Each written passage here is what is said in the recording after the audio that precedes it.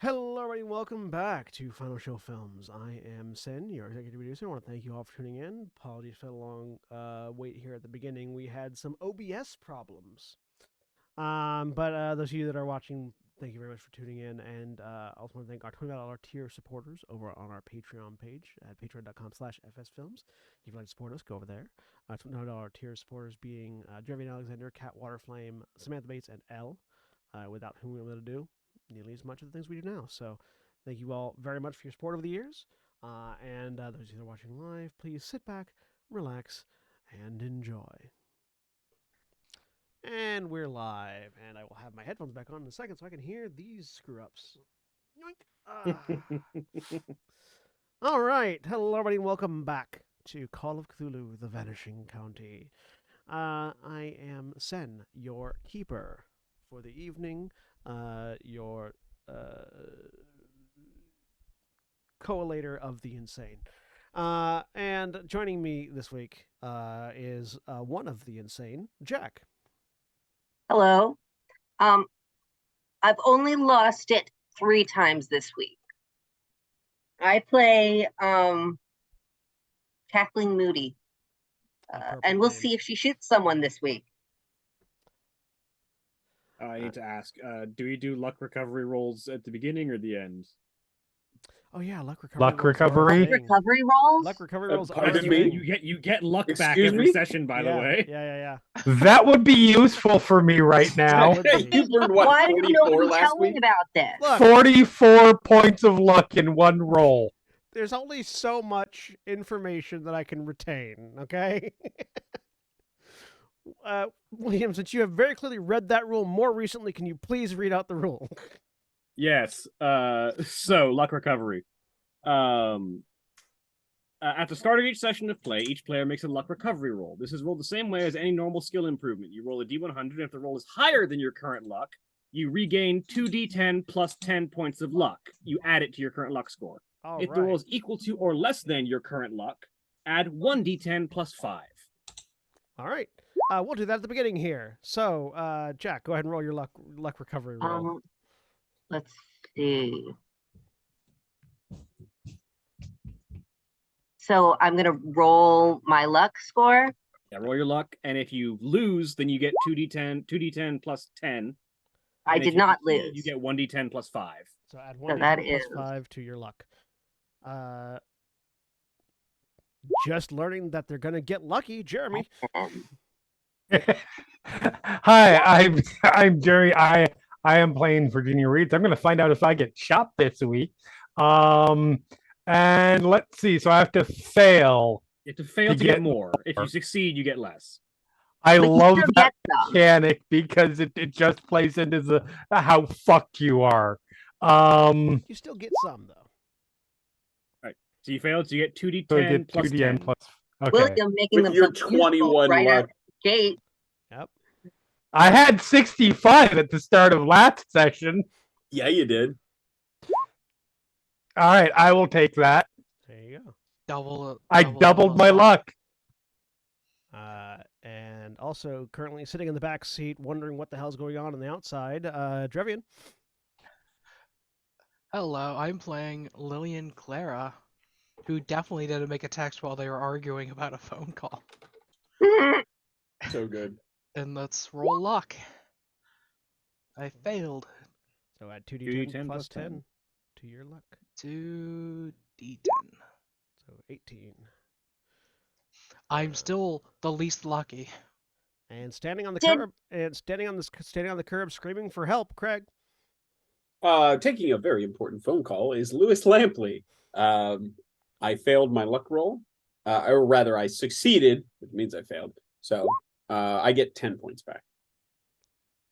Do we have a hard cap on luck? I didn't mean to roll it again. Stats can only go up to, I think, 95. 99. Okay. Most 99. Most stats end at 99. So that you have a chance of failure. Unless you're a Cthulhu, unless you are a Mythos monster. Meanwhile, the Connie to someone else's Blythe, William. Hi, I'm William, and I'm playing Victor, and let's see. That was a weird roll, but okay. I think. Yes, I did You did. Yeah, you have your set as a regular. Okay. Yeah, but you succeeded. Oh, so- verbose is the one that you guys have, isn't it? yeah, we did Yeah. verbose. Okay. Because all the rolls. Because it's the best. I succeeded, so I'm just gonna get a D10. I just As have they to think say in about the it. Yogg-Sothoth And- sushi place, weird roll, but okay. And the blind to someone else's Connie, Holly. Hi, I'm Holly. I'm playing Van, and I hope I'm doing this right. Yeah, so you get a D10 plus 5 to your luck. Okay. All right. I don't need to be as precious about my luck anymore. Yeah. Yeah, that's kind of the point, because Me- if you never regained luck ever, you would just run out in the first 2 Well, sessions. You Yeah, can no, see, that's tell- how I thought it worked, and I was saving it for a monster. That's what Jeremy's been trying to do. Can you can you tell I only ever run Call of Cthulhu as one shots? Yeah, that was one of those rules that I learned looking at these for like actually running a campaign. All right. Well, we shiv and burn. So when last we- I'm excited for how many more times I will be able to spend prodigious amounts of luck on stupid rolls. yeah. I am Jeremy, too. For you. Virginia broke Katie's phone last time, right? Yes. Well, I One of them. slapped it out of your hand. I don't know. Well, then it may or broke. may not have broken. Yeah, may not- the goal was not to break it at that moment. She wasn't thinking about I'm going to smash this phone. It was stop call. I'm pretty sure the goal was also not to not break it. No, well, yeah, she wasn't trying to be gentle whether, with it. Whether or not it was going to break is up at the hands of fate, basically, according to Virginia. And we know who runs fate. Not me, because it's apparently a bad system or a good system. I don't know. It's one of those systems that I keep hearing various things about, and I can never place it. Oh. I like it. I like fate dice. They're interesting. But when last we left off, some revelations about Virginia's past came to light regarding people that Virginia would like very much to kill. And apparently Person. them existing within the sphere of Jade County, as our agents from the Federal Bureau of Control have gone to this mysterious county that should not exist and does not exist on any maps to investigate an altered world event for the Federal Bureau of Control. Meanwhile, while they have been investigating one day in the past, this would be around the time where Lewis was losing his marbles, as the phrase might go. On the side of the road,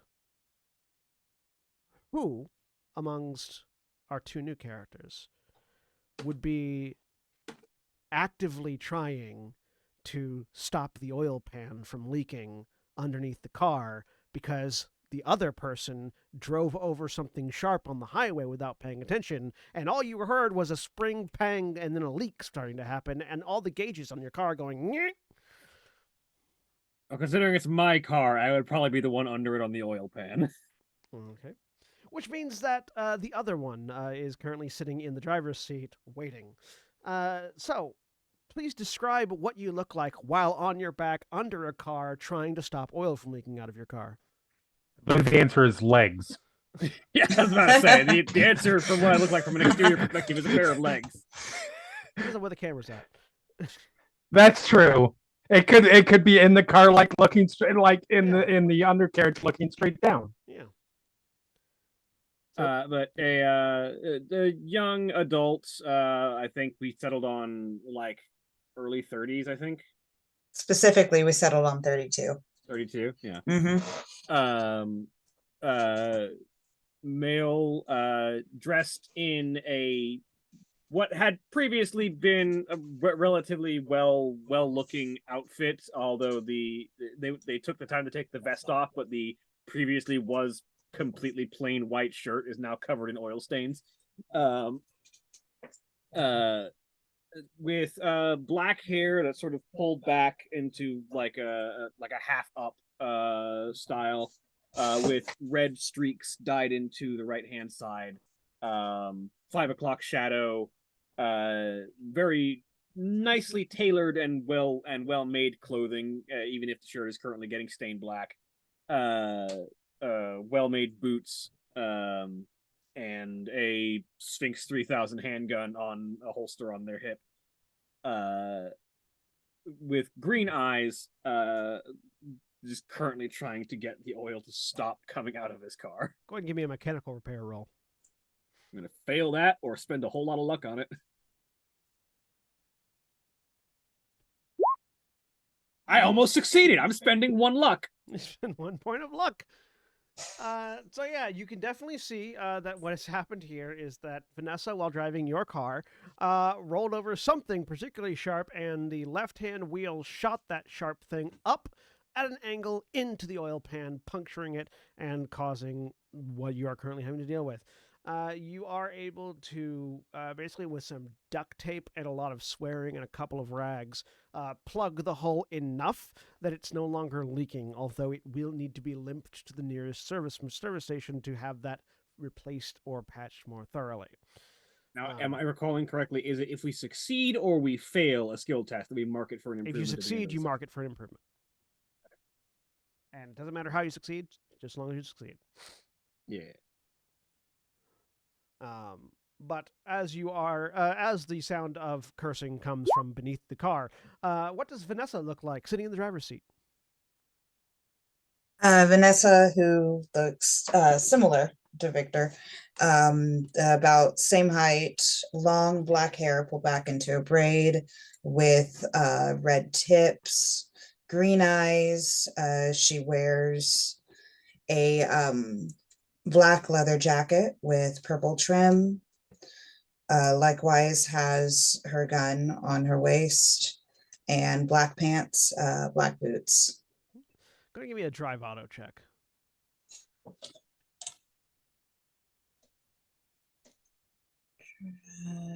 There it is. Yeah, no, you're pretty certain you didn't hit anything. This must be these faulty parts in the car. Okay. Yeah. That tracks. Yeah. No, that's yeah.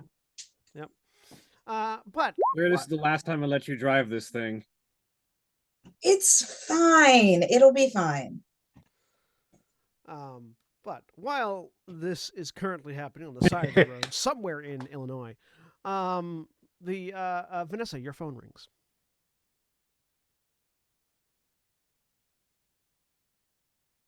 Do you answer it? Did you hear me at all, Who's- Holly? Well, I'm sorry. Vanessa's I phone rings. totally blanked out. I'm Ring, sorry. ring, ring, ring. Okay, yeah, she will answer. In fairness, you went from them to elsewhere. Yeah, you Your started phone- I the know. sentence with elsewhere, so we were like, And okay, there we're are- on the scene Did I now. say elsewhere? Yes, You did say did. I elsewhere. thought I said meanwhile. I tried to say meanwhile. You said, You s- meanwhile, elsewhere. Oh, well. You oh said well. that, so Feels I like started an reading elsewhere. what Jeremy had posted it in the chat, and then my mind just like went. And blank I to paused 'cause I everything was like, else. Did you mythos- mean Virginia? The I was very mythos, confused. the mythos comes for us all. Yes, for legit. That's totally fair. So Vanessa, your phone rings a couple of times. You pick it up. Okay, yeah, she will on- answer it. You recognize, as you answer it, you have an odd smell of cigarette smoke that fills your nostrils, coming from seemingly nowhere. Which you recognize. You also know this tends to happen whenever Klaus Jaeger, the head of the Chicago office of the FBC, and the overall handler of all the agents that all the field agents that operate out of the FBC, calls you. Vanessa, Yes. you should probably let your brother drive. Also, do you know how to get to Jade County? I need you to make a. Occult? Was it an occult roll or a history check? I did occult, but that's because that's how I was approaching it. Yeah, I remember it as a cult as well. Yeah. think, make yeah. an occult roll for me, Vanessa. Probably, yeah. Wow, yeah, fail. 96. Do you want to spend 71 points of luck? I'm good. You have. We're not no playing a Jeremy idea today. what he's Holly talking rolls in about. and is like, look, I'm not fucking here to play around. You have no idea what he's talking about. Sorry, son. I don't know what you're talking about. All right. Could you put the phone on speaker and hold it out towards your brother? Okay. This is the thing, Klaus always seems to be aware of whatever is going on around you whenever he calls you. Even things that he should have absolutely no ability to be aware of, like the fact that you're currently on the side of the road and Victor's outside the car. Mm-hmm. Pipe clanking. Hey, Klaus. Victor, do you know how to get to Jade County? Make an occult roll. I don't think that county exists. You're right, it doesn't. All right. But not in the way you mean. You're going to need to meet up with John Carver. Limp your vehicle to the nearest highway station and wait for pickup. All right. They should stop the leak for now, at least. I'm going to change my shirt real quick. And the phone hangs up. Victor walks to the trunk, opens up the trunk, takes off his shirt and changes it out for another identical shirt. Field agent special. Do you let Vanessa continue driving? No. You swap drivers and head on. Fast forwarding back a day. Lewis's phone rings. Yeah. He picks it up. Yes. As a reminder to viewers, a little bit of context. I believe at this moment, Virginia Reeds has a gun drawn on, or has just smacked a phone out of Katie's hand, right? Yep. Yes. Correct. Katie has a And then hand Katie on drew the a gun. gun, but has not drawn it yet. Wait, I thought she just hadn't pointed it at Virginia. She's drawn it. Yeah, she's drawn it. It's not pointed. But it's not in any aggressive stance. So, gun in hand. Not pointed at anyone. So In as much as a drawn gun can be non-aggressive. yeah. So Lewis pops out of the car immediately and like hard failed my psychoanalysis roll. Come on, goes, whoa. Hold on. Picks up the phone. Hi, this is Lewis, and I know it's from the handler, right? Yeah, you get that smell of cigarette smoke, and you can tell it's from Klaus. Klaus, who cuts Hi. you off in the middle of the sentence and goes, "Put the phone on speaker." Okay. And I put the phone on speaker and go, Virginia and Ms. Reed's Kathleen probably stand compromised. I'll put my gun away. Yeah, Ginny looks extremely consternated right now, but puts the gun away. Noticing this change, Lewis's mien is changing from like startled and everything to realizing the power in his phone, and he's now holding it over his head like Moses with the fucking tablets. Lewis, put your arms down. Slightly dejected, lowers the arms, and then puts it straight out in front of him. Like, not a, like, you know, like I'm trying to ward off Dracula with a cross. Yeah. As part of this assignment, I expect professional behavior from all of my field agents. That includes not knocking phones out of other people's hands, nor drawing your weapon on an ally, Miss Reeds and Miss Moody. Am I clear? Yes. Lewis has eyebrows raised and is just nodding emphatically from behind the phone.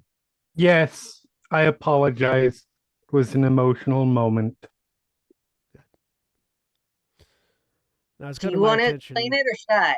It has come to my attention that there is a individual of some significance to the Federal Bureau of Control operating within the bounds of Jade County. Miss Virginia has probably already explained who this individual is. Now, standing orders are for Miss Reeds to not have any contact with this particular individual, however. We are currently low on available field agents, particularly low on available field agents that can get to Jade County. So, we are revising standing orders as such. Miss Reeves is not to come into contact with the individual in question alone. You are otherwise to handle them as if they are a rogue agent for the FBC with all due adherence to federal regulations and laws therein. Additionally, you are being assigned 2 Rangers in training to assist you with this task, as the existence of this individual within the anomaly raises the potential level of danger significantly. Mm-hmm. Continue on your way to wherever it was you were going. Find a hotel and wait for contact. Am I understood? Yes. Yes. Lewis, hang up the phone. Let me ask out of character. Uh-huh. We were planning to leave, or at least test the ability to leave, correct? I think we were going to go to Lake We were heading to Lake Haven. Haven. Okay. All right. Then no questions in character. Lewis can't not say something though, so Lewis just Right. said, "Okie dokie," and hangs up. So, the smell of cigarette smoke still wafting through the air. Ginny reaches down, picks up the phone, and hands it over to Katie. Katie takes it and does not yet examine it to see if it's broken, just tucks it away in her pocket.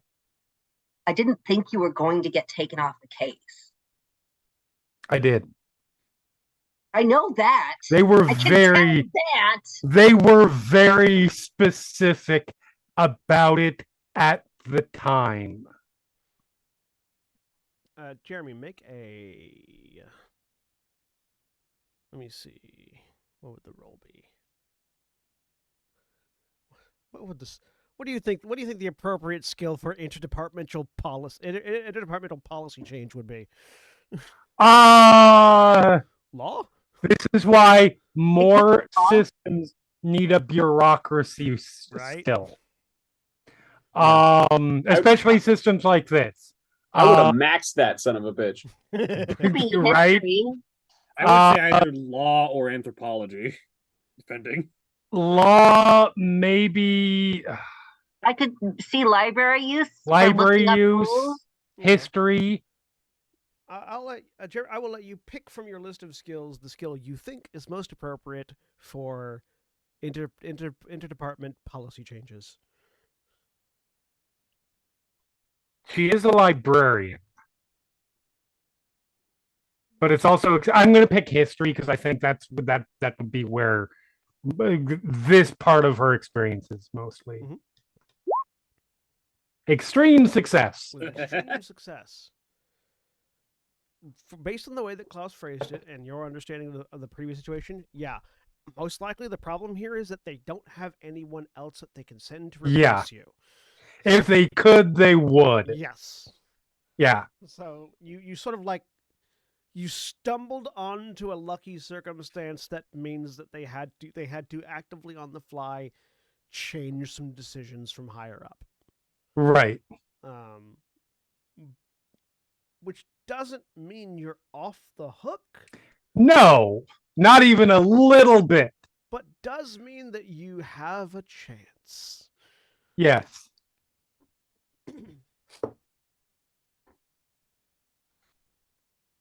This person, all right. This person is extremely dangerous, knows how to manipulate people very well.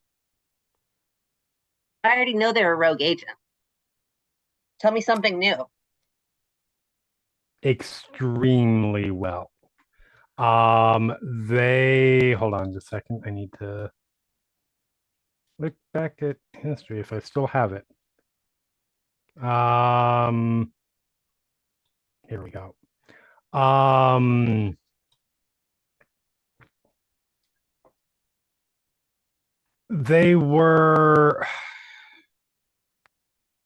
He was the former head of security at in Boston. That's intense. And I worked directly under him doing certain sanctioned jobs.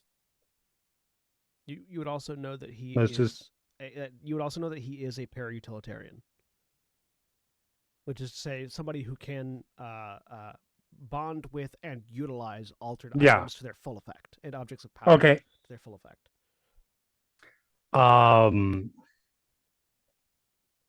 What I thought was often doing jobs for the organization was actually doing jobs for him. That's upsetting. Extraditional. He got found out. He fled. So he understands all of our security all of our security procedures. He understands intrinsically how the organization works. And it's very concerning that he's involved in an AWE, especially since he can manipulate items of power. Okay, that's something new. He needs to be put in the ground. No, he needs to be avoided. We need to go to Lake Haven. Or contained, but it's good that we know about this. Now, this was pretty intense. How are you two feeling? And you too, Dr. Clara, he leans over. Is Lillian a doctor? No. Okay. And you too, Miss Clara. How is everybody feeling right now? Because this was a lot. So maybe we should take a second before we get back on the road and just kind of address things. Ms. Reeds, I'm getting a lot of, I'm not a fan of labels, but I'm getting a lot of what I might, for expedience's sake, call murderous rage. Yeah, we're not doing this. And she just gets in the car. Okay. Hayden All right. genuinely thinks about it, takes a moment, considers the question, and says, I'm glad Jenny's okay. I'm glad you're okay, Kathleen. And he leans down and goes, Ms. Reeds, I just want to let you know, not wanting to engage is a valid feeling, and I encourage that and I support that. Shut up. I'm going to pat Lewis on the back and then go get in the car. At this point, all four of you, well, three of you at least, as far as you know, Jack, make a luck roll. Ooh.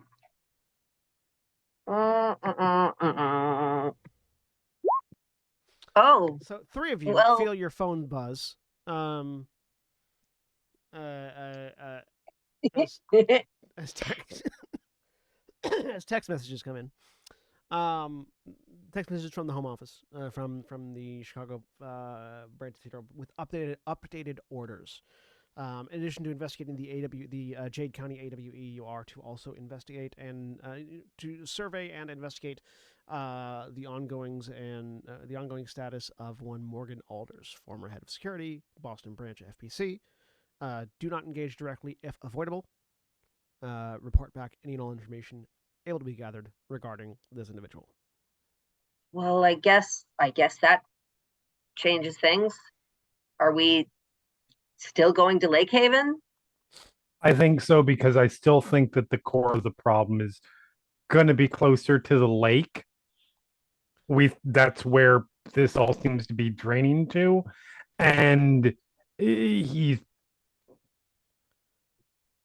You saw that he was running for. He's one of the people running for sheriff of the county, which is for the whole So- county. which is a county Yeah. position. So it's not. You don't know where his So it headquarters would apply to is, Lake but- Haven too. but Yeah. so it apply to Lake Haven too. And It hopefully seems it's unlikely that headquartered he'd be here, here. so we don't have to engage with him. I'm just saying, if obviously him being here, it's not a coincidence. Yeah, I think from the information you received previously, you know that the governmental seat of the county is Lake Haven, but that doesn't necessarily mean Yeah. that the Right. campaigning there, right? Do I know anything from past records, past events, stuff we've researched about how altered world events interact with para-utilitarians and vice versa? Make an occult roll. Let's see. Occult. God damn it. I'll use 5 luck. All right, use have luck. And mark that as a success. So you, to borrow phrases from fantasy settings, if an altered item is a magic item, an altered world event is a nexus of magical energy. Para-utilitarians are people that can harness the power of altered items and objects of power. So That's what I was worried about. they're not, depending on the AWE, they could be more powerful inside the AWE. They could be the same, depending on the nature of the AWE and how it interfaces with any objects of power or altered items that para-utilitarian might be bonded to. You do not know if you do not know what, if any, items that this para-utilitarian might be bonded to. You do know that para-utilitarians, how they bond to items and what powers they gain from them, differ from item to para-utilitarian to para-utilitarian. No two are the same. The item, no item gives the two the same people the same thing, with the exception of a few objects of power that the Home Office in New York has, but you've never interacted with those, so. You can get a general idea of what kind of powers a para-utilitarian might acquire based on how the altered item or object of power operate on independently, but it's not always a one-to-one thing. Mm-hmm. But there very easily could be an effect between they're not isolated. Correct. Yeah, and being inside, like, if he's operating inside this AWE, it's entirely possible that he is being empowered by the AWE as well. I suspect that's probably why he chose the AWE, because otherwise he's just drawing attention to himself. And I will share this with the car. You're not wrong. I did just realize something. We probably should stay. We probably should go back to Dorver. Why? We have two other agents coming in. He just said to go to a hotel. He'll be. It's Klaus. He'll send them to the right place.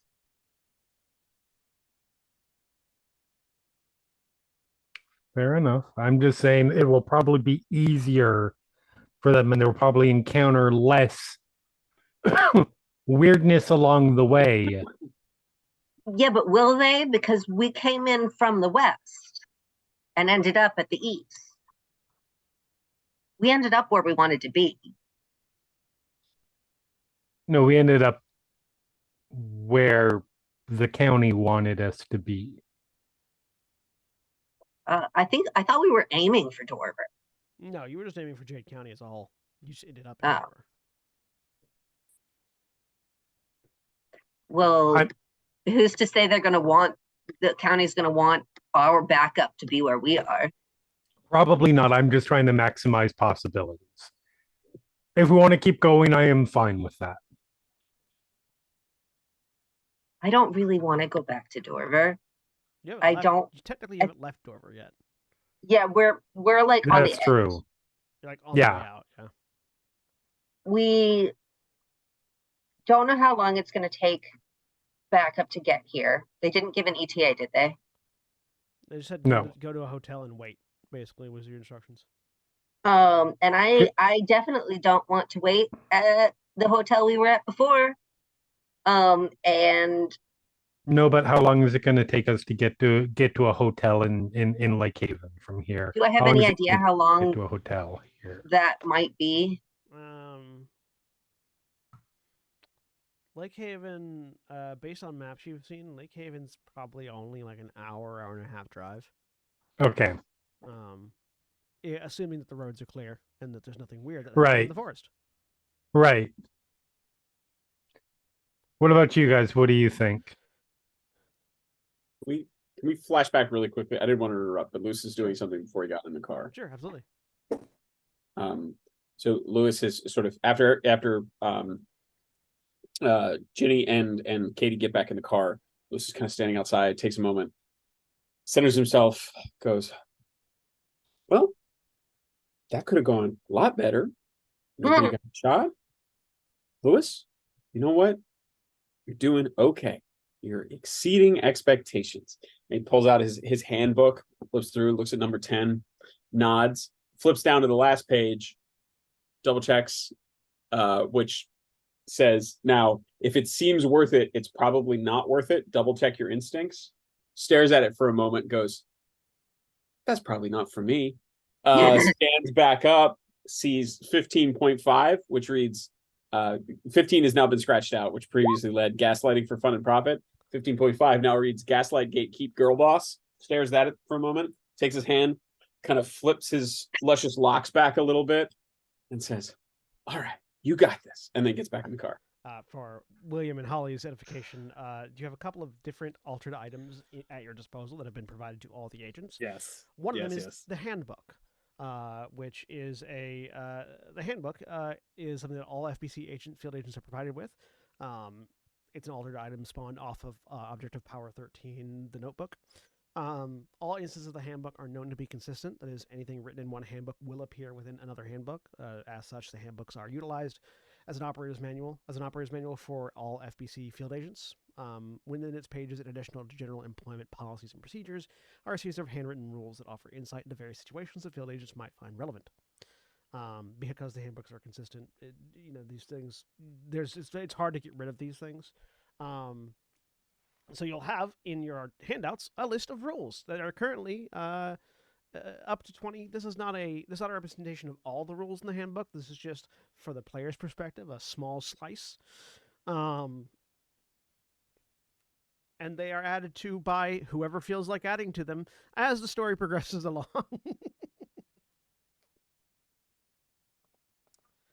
I say 20. I think we've all added at least one. It's definitely more like, actually, now thinking about it, 1, 2, 3, 4, 5, 25 actual rules, I think.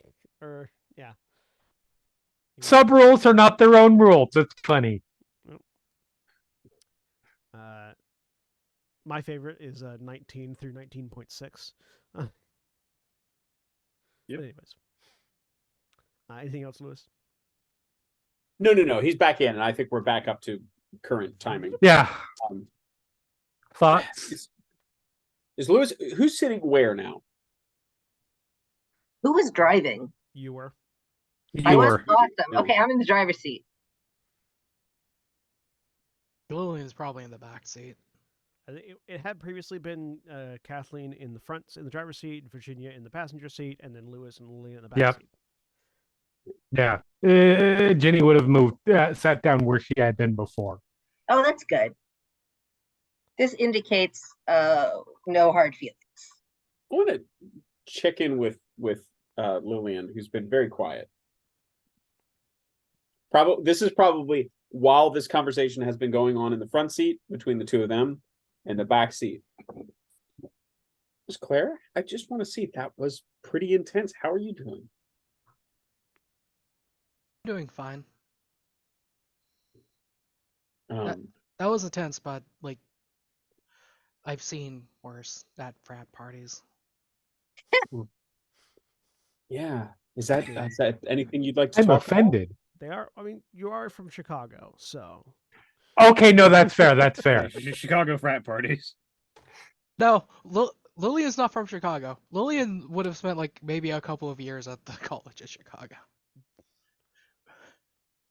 Can I there's probably no way that Lewis would have been able to notice the texting, right? You were a little distracted, yeah. Yeah, fair. Okay. With I don't the think gun any in of your us noticed face. the texting. Can I try to get a read and make sure that Lillian's actually doing okay? Sure. Make a psychology roll. Extreme success. How is Lillian feeling in this moment? Fairly neutral, like just kind of pondering, like, do we go back to the hotel in Dover or find a hotel in Lake Haven? So she's along the same lines as the conversation happening between Yeah. Yeah. Kathleen and Virginia. Unflappable as ever. Lewis. So yeah, you sort of get that sense that Lillian's just trucking along, which is when you realize the silence in the car is deafening as Kathleen and Virginia have turned to look at the two of you, expecting an answer to a question.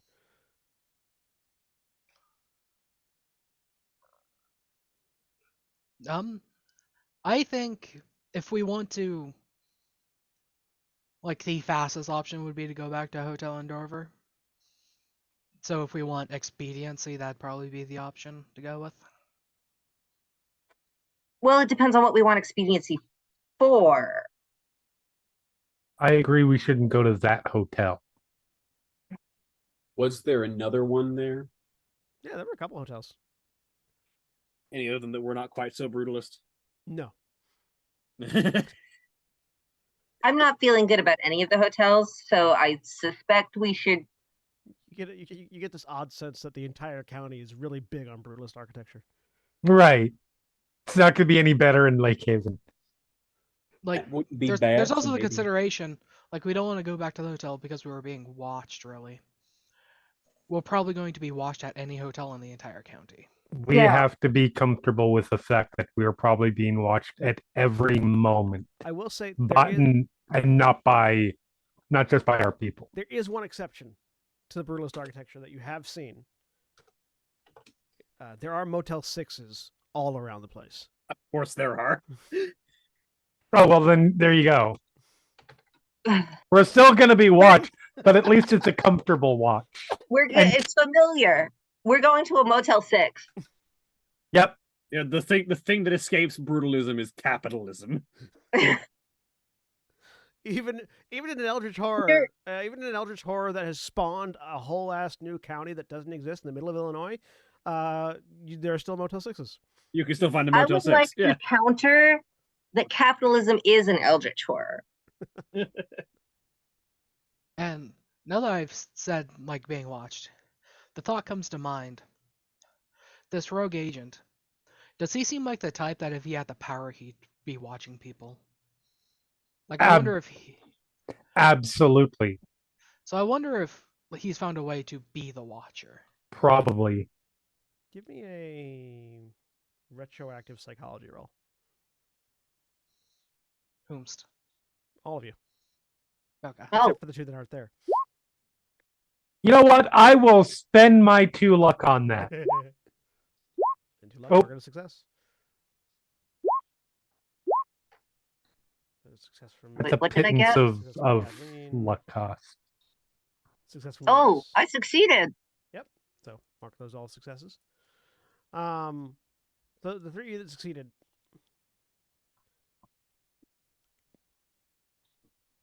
You're thinking about it. Honestly, it kind of felt like there were multiple different things watching you. There are multiple different levels of intelligence that it felt like. There was that presence that was watching you through the eyes of other people, that the people didn't seem fully aware of it. And then there was the presence that was actively reacting to you while it was watching you. And those two do not seem like they're the same presence now that you're thinking back on it. At the time, you were considering them all the same because they were happening simultaneously. But they were 2 different modalities, and they were 2 different reactions. There's one very passive and one very active. And thinking back again to what you had already sort of sussed out based on the symbology of the region, based on the maps, there might be 2 different forces aware of people in this in the county. The para-utilitarian might be one of them, but if he is, he's not the only one. I don't suspect we're dealing with any singular anything. No, It doesn't mean that they're not probably right. connected, though. No, it doesn't. And Alder, it's Alder, right? Morgan Alder. Yes. And Alder was. Is there any chance, given what you know of them, that they might have had something to do with the ghoul? Or is that maybe a third presence? I wouldn't put it past Morgan. I mean- you wouldn't know explicitly, but yeah. So he had access to incredible amounts of information. I don't. Could he have done that? Yes, 100%.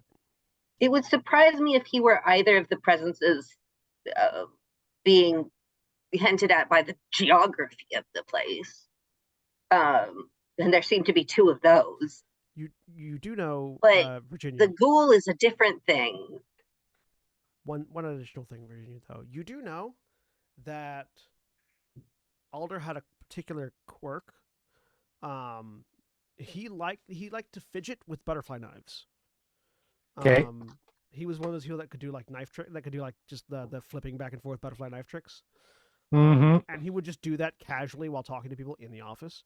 Okay. And you know that was partially to show off. He's a bit of a show off, but you Right. also know that thinking at the time you didn't think anything of it, but thinking back on it, knowing more about him that you do now, he definitely enjoyed a personal touch when it came to harming things. Okay. Whether that influences anything right now, you don't know, but I just wanted to throw that out there. Right. So you know. Okay. I will keep that in mind. I don't say anything about it now because it doesn't seem relevant to me.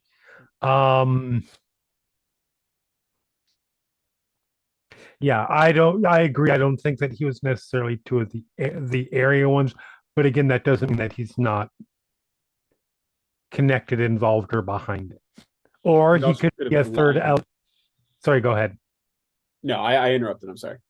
Yeah, Or he that's could be Katie's. part of. He could be part of the He could be coming in, trying to take advantage of what's already here and control it in some way, or Katie's meddle. theory is that there's two forces natively in the area, and then there's also this guy fucking things up. Could be. And it seems most likely to Katie that he has something to do with the ghoul because it's the odd thing out, and he's the odd thing out. Yeah. Or he could have allied himself with either of the presences, whether the thing that's slouching towards Jade County waiting to be born, or That could be why he's able to watch out of the county, but it still wouldn't make him not a third presence. well, beats being bored, as my dad always used to say. I'm sorry. Can you say that again? It beats being bored. You know, if there was only one thing to worry about or no things, it'd be kind of boring. So, it's basically what my dad would always say when things were terrible, but he just didn't want me to say anything bad about it because that'd be bad. That's a stupid philosophy. Let's go. I'll turn around and park at a Motel 6. Motel 6. Like she's had a hard day. You are surprised to find that even with the slightly battered nature of your rental car, it still is not the worst looking vehicle in the parking lot. No, I'm not. You can always. You're not surprised. You can always find someone who definitely has it worse at a Motel 6. This is true. You check in, you go to your room, they left the light on for you, and also some cockroaches. Anyways, you settle in. It is a 2-bed room. That's all they have.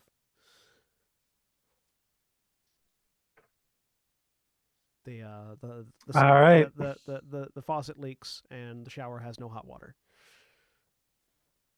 But it's Yep. not brutalist. It is not brutalist. That is true. It is whatever design philosophy the Motel 6 thinks is their design philosophy. But Safe. Cheapskate. it is not brutalist. Meanwhile, now roughly a day later, Vanessa and Victor, you didn't end up having to wait very long for the ranger to pick you up, but he did pick you up in a hearse, which was slightly unnerving. You recognize, while you don't recognize the hearse, you do recognize obviously the Ranger John Carver, who is your training officer primarily. He is the best description of him is that he is any given John Wayne any given Clint Eastwood character minus the racism, and the propensity for yelling at chairs. But you know, five o'clock. You know, artisanally crafted 5 o'clock shadow, cowboy hat, duster, fingerless gloves, gun on a hip, smoking constantly, talking in a gravelly voice with Texan accent, that kind of thing. Never smells like tobacco though. Yeah, he never smells like he smokes. It never smells like cigarettes around him. Klaus, who never smokes, always smells like cigarettes. Nobody's been able to find out if that's a connected thing or not. But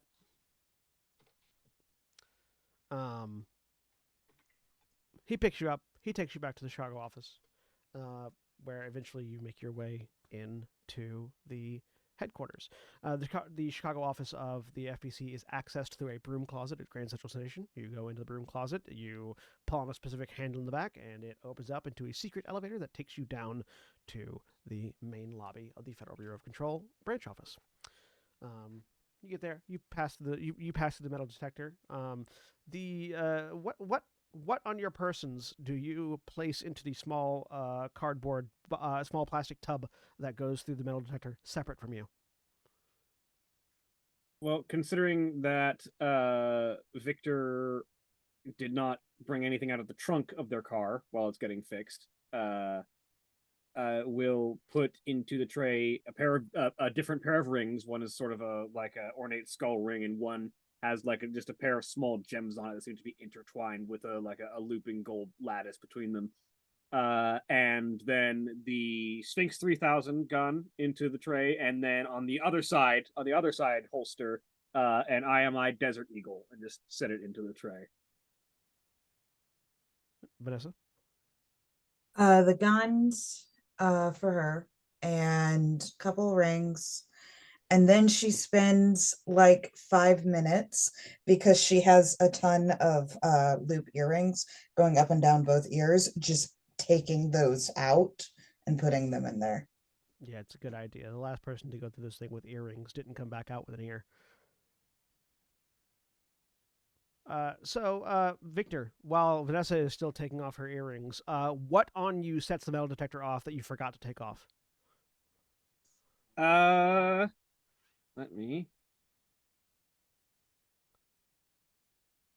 take a double look at my character's appearance real quick.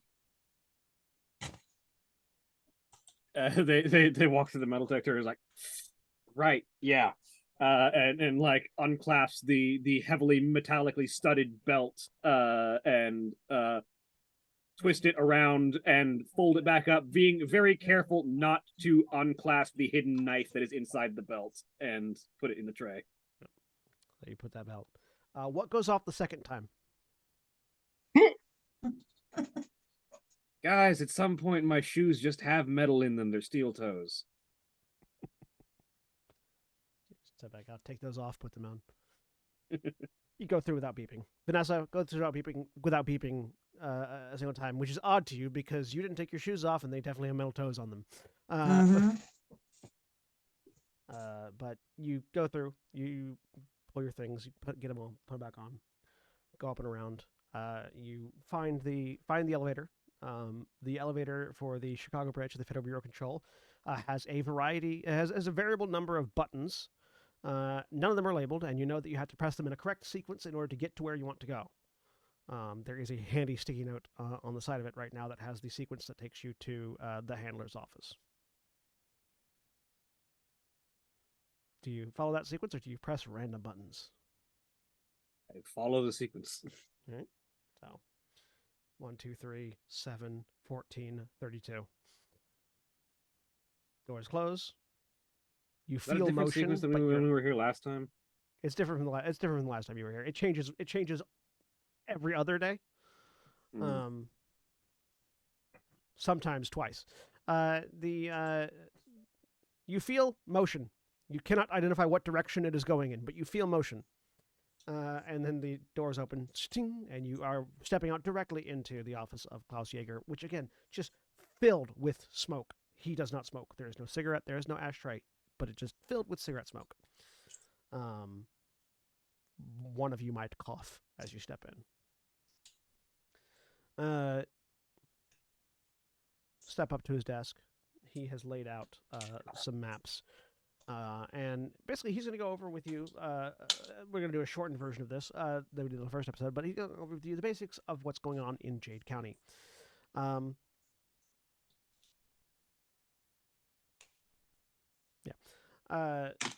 So a mystery county has popped up in Illinois. Specifically, it has popped up in the memories of certain people. Not all people. That's why he asked you if you knew how to get to Jade County. Only people that can remember how to get to Jade County can get to Jade County. And what seems to happen is that you drive with the intention of going there, and you get there. It doesn't show up on any maps, but it's definitely occupying space, although the space that it occupies doesn't seem to be in our world. The objective of the field team that's gone out there is to currently investigate the AWE, find out what's causing it, find out if there's a way to stop it, and report back as needed, and also report back if they need additional reinforcements. It has come recently to the attention of Klaus that there is more going on than there seems to be there. Additionally, there is a rogue FBC agent operating within the bounds of the AWE. One Morgan Alder, who was a former head of security at the Boston office. And so the two of you, as Rangers in training, are being added to the field team in order to provide necessary firepower and operational support for dealing with Morgan Alder. Your current objectives are to, in addition to investigating the AWE and providing backup and fire support for the field team that's out there, to investigate and report back any and all information you can on the activities, whereabouts, and current status of Morgan Alder, with further orders to come based on what you report back. Okay. Is this like an info hazard style thing? Now that we've been told about Jade County, can we get to Jade County? No. Once you've been there, once you've gotten there, once you've traveled there, you'll be able to travel back and forth according to what we've learned. But if you've been told about it, it's not enough. So Carver's going to have to drive us there. Yep. Carver's going to drive you out. Can we take my car? We'll have your car delivered here. But you can take us. You can. We've got service with a rental. You can pick up a rental using company funds and head out. Rentals are never as good as my car, but okay. And also, my stuff is in my car. Well, you should have taken it with you. There's plenty of room in the hearse. I would have. He doesn't laugh. I do. He just gives you a blank look. The sort of look that says, "This is why you're in training."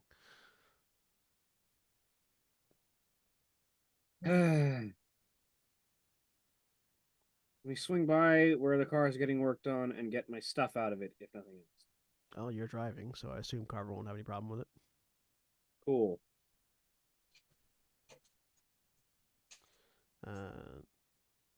They've recently dropped off some tech. They've recently dropped off some tech with the field team that's in there, so they'll have some additional items that you'll be able to utilize, and they should be able to bring you up to speed on everything that they've experienced. Be warned, there have been encounters with hostile entities within the AWE already. We've lost one. We've lost at least one. We've lost at least one Smith on the ground already. So that was who was in the hearse. Mm. And you know that Smiths are forward scouts. They are people that go into AWEs with no information, and find out what the fuck's going on. They are referred to as Smiths because they are all John or Jane Smith, depending on whatever. That's not their actual name, but that's how they are officially recognized within the Bureau, and because we don't know what AWEs are going to do or how they're going to react or what's going to trigger them. So going in with nothing special, the minimum amount of special information, so minimum amount of special name, like unique names or anything like that, minimizes risk. You know that smiths are all basically people who either would have been rangers but had a different set of skills, or were rangers and retired into being a smith. So it's very possible that sometime in the future you might be a smith. All right, let's get going. All right. Good luck, and try not to die. Also, don't let them kill each other. I'll keep that in mind. Them being The field team. 3 of them this is their first assignment. And we don't have another field team available to replace them. Cool. Definitely want to get that stuff out of my car then. okay. All right. Come on, sis. You head out. When you meet up with John Carver, he's fine with you swinging around to your car to pick things up. What kind of car do you get for a rental? Well, he was driving a 2010 Chevy Camaro, so they can't get anything quite as useful as that. He feels, but probably something relatively sturdy and fast.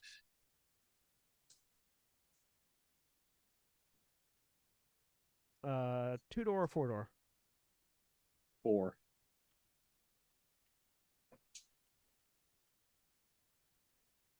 There's gonna be at least 3 people in this thing anyway. You end up picking. You end up renting a Hyundai Elantra. Hate these things, but they'll do. Can I drive?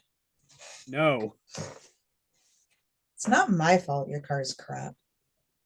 not my fault. Your last date didn't go well either. Shut up. So yes, you pile into the affordable economy compact car and drive off to pick up your stuff and head to the AWE. Meanwhile, at the Motel 6, Yep. which one of you has discovered that no matter how you flip the light switch, the lights don't turn off?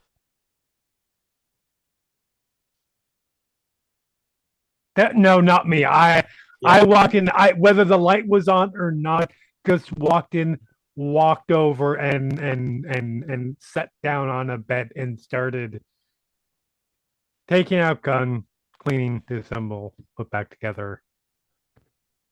Probably Lewis, because that seems like a nice, safe mystery after a fairly tense day. And so you flip it up, it stays on. You flip it down, it stays on. You flip it up, it stays on. You flip it down, it stays on. Kathleen, how long does it take for you to realize your phone's broken? A fair while, because I'm busy wandering around the room, sweeping for candlelight. Yep. Now, the candles do not light on anything immediately in the vicinity. I do a double sweep. And then I don't notice after that for at least half an hour. Okay. And Well, Katie. who is the first person to discover that there is no hot water? That might also be Katie. Jerry, and Lewis is checking outlets. He's convinced that the light switch isn't actually a light switch; it controls outlets. While Katie was doing a sweep, Lillian would have got out the laptop, opened it, and had Katie come by with the candle to see if it was being still. Nothing at the moment. Okay.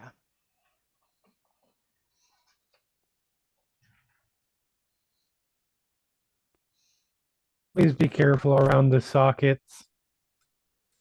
Oh, sure. Make a Lewis. Oh no. I need you to make me Oh, a no. roll. Hang on, I'll tell you what kind as soon as this character Sourdough. sheet pops up. Good news. Once you electrocute yourself, the light will turn. Make me a Mechanical make me repair? an electrical repair roll. Even better. Hard success. All right. Nice. Damn it. Lewis is extremely careful around the light sockets. No, it doesn't seem like the light switch connects to the light sockets either. Huh. As the avid interest in Virginia's eyes grows and then dies. Around the time, Kathleen, what sound do you make when you discover there is no hot water?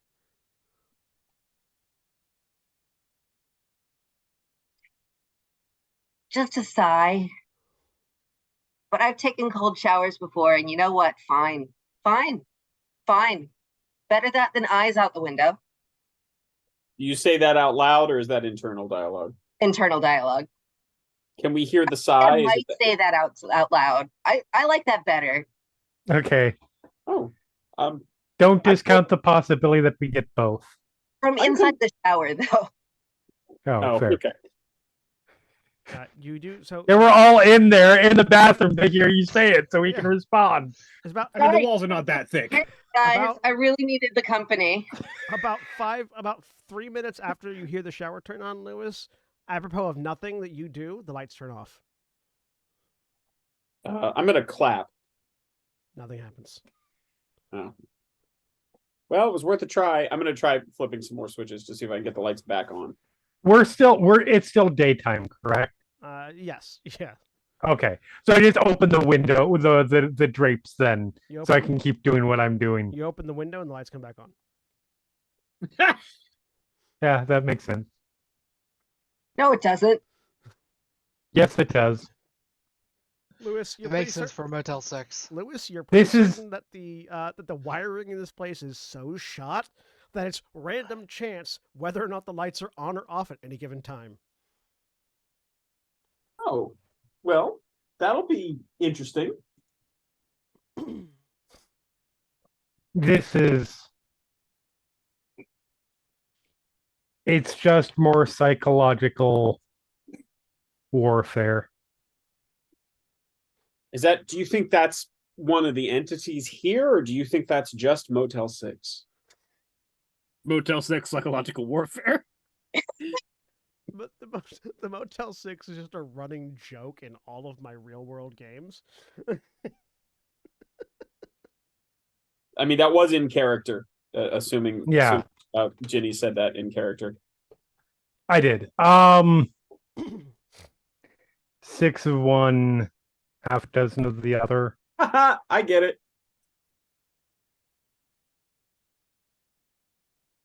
There is the slightest quirk of the corner of a lip, like almost imperceptible. And she goes back to what she's doing. You know, it's good that we can still have fun. It's been a rough day. Meanwhile, Yes, we're having fun. Vanessa and Victor, you're driving in the Hyundai Elantra, following the instructions of Carver, who's turn here, turn there, turn there, and far sooner than you would have expected, given the generalized location of Jade County as far as the interpretation of maps are concerned. Because actual maps have no indication of that Jade County does not exist in Illinois. There is no Jade County in Illinois according to regular maps, but the people that have memories of it have sort of dotted down on maps for the FPC where it should be. And far sooner than you expect, you find yourselves driving into a fog bank. The skies have been clear before. There should not have been any fog banks. But the mist is thick and difficult to see through. You can see barely 10 feet in front of the car. Well, this reminds me of that cursed ring back from New York. Was it a ring or a Hated that necklace? thing. It was on a necklace, but the object itself was a ring. That was the wrong accent. Fuck. God damn it. You forgot accents. what Carver's accent is. No, I mean he talks like this. Is the thing. Yeah. I was talking in Klaus's accent was the problem. Yeah, Uh, it was on a necklace, but the object itself was a ring. oh. Why is it registered as a necklace then? At least like that, like the altered item like configuration name. I'm gonna guess because the fact that it's on the necklace is important to its configuration. Yeah. I don't know, man. I just found the thing. Anyways, we don't want to stop too long or gaze too long into the clouds. Apparently, there's figures that'll spook you if you look too hard. Oh no, I've never seen the fog. Both of you make sanity checks for me.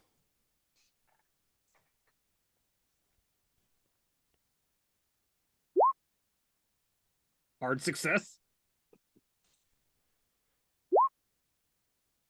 Success. Why does yours roll weird, William? I don't know. Yeah, yours is different. Are you using a different character sheet? I'm not that I know of.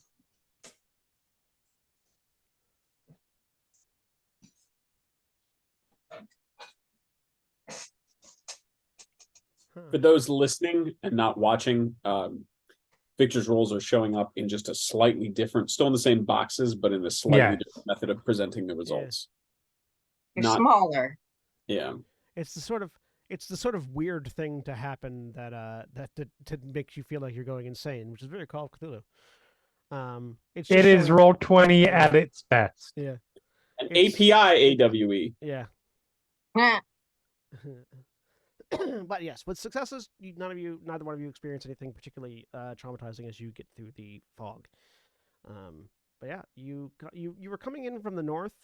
Somehow, according to the GPS, as soon as you come out of the fog, you are driving down the road from the east and heading towards what Carver identifies in the distance as Dorver.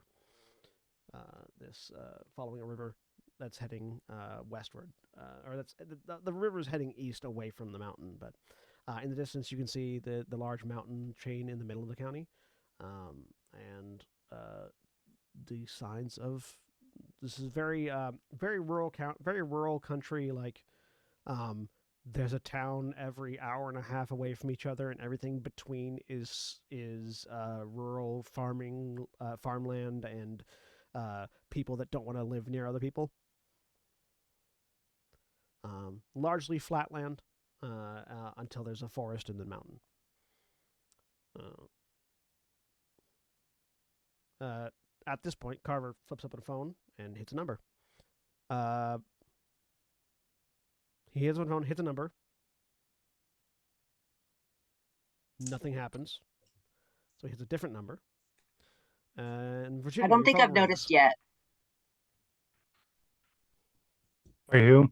Virginia, your phone rings. Oh. Hello. Hey, this is Carver coming in with two of your reinforcements. What's Oh, going on good. with Kathleen's phone?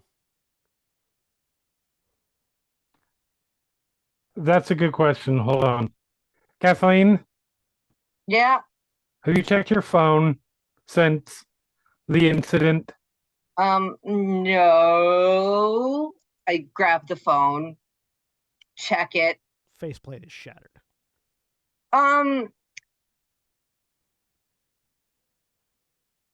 Do I owe you a phone? Let's not talk about it right now. Okay. Phone's broken. All right, we'll throw a burner in with the rest of it. All right. We're coming in now, heading towards Dover. Where are y'all at? We're at the Motel 6 on 5th and Elm. All right. Should be there momentarily. Keep an eye out. All right. Room 237. Going to a Motel 6. And he says he reaches Oh, lovely. GPS. We've slept in worse places. Yeah, we also slept in better. I mean, beats a ditch. Yeah. Sometimes it depends on the motel That's right. service. It depends. It also depends on the ditch. Yeah. I slept in some comfy ditches. I mean, I guess it really Thanks is. everybody for joining us. We go quickly to our sponsors. This week it's Motel 6. Oh no! We are promoting Motel 6 the same way Jon Stewart promotes RVs. Which will forever be my favorite ongoing joke of his. After about what so the group that's in the Motel 6, what are you doing for the next 30 minutes while the others arrive? Calmly going back to cleaning up all of my gear. I'll spend some time reading a book.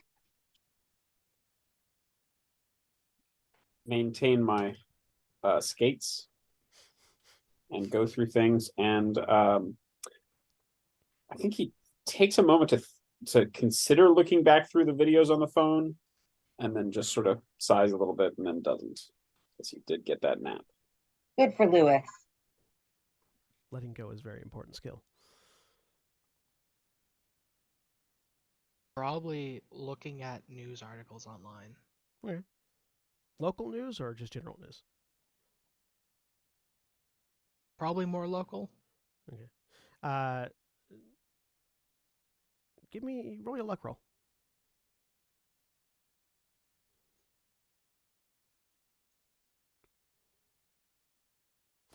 Actually With succeeded. successes, you come across an interesting story. Seems like there's with the elections going, with the sheriff's election, various other county positions that are up. You do notice that they're running lots of there's lots of like character articles going on about the various candidates for the various positions, and you do run across a article about Morgan Alder that indicates that he sort of lists him as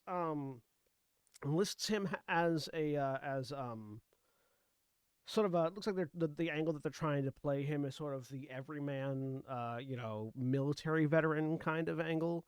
The sort of person that is qualified for their position because of the service that they've done to the country, and here's the list of accolades they've received in the line of duty, et cetera, et cetera, et cetera. Along with this is a fairly recent picture of him from a recent sort of press junket where he's been doing conversations. And you notice something that seems different from the billboards that you saw earlier, which is that he's wearing an eye patch over his left eye. It's a fairly large, complicated looking eye patch too, not just like a regular one. All of the billboards were like him in profile, so it was the opposite side of his face, and you wouldn't have been able to really tell that he was an eye patch there. But yeah, so it's like just a little like feel good article about him, and then this recent image. Did he get stabbed in the eye with a pen? Not according to the article, he lost his eye in combat. If I glance over Pen and can be used in combat. see the research going on, I'm gonna ask. He's not the incumbent. No. The incumbent That would be upsetting. The incumbent sheriff retired, so this is an empty seat. An empty position that's being filled. Who's his opposition? I said the name of the opposition in a previous episode, and I do not remember it. Well, I'm more interested in facts about. So the previous opposition is a career policewoman.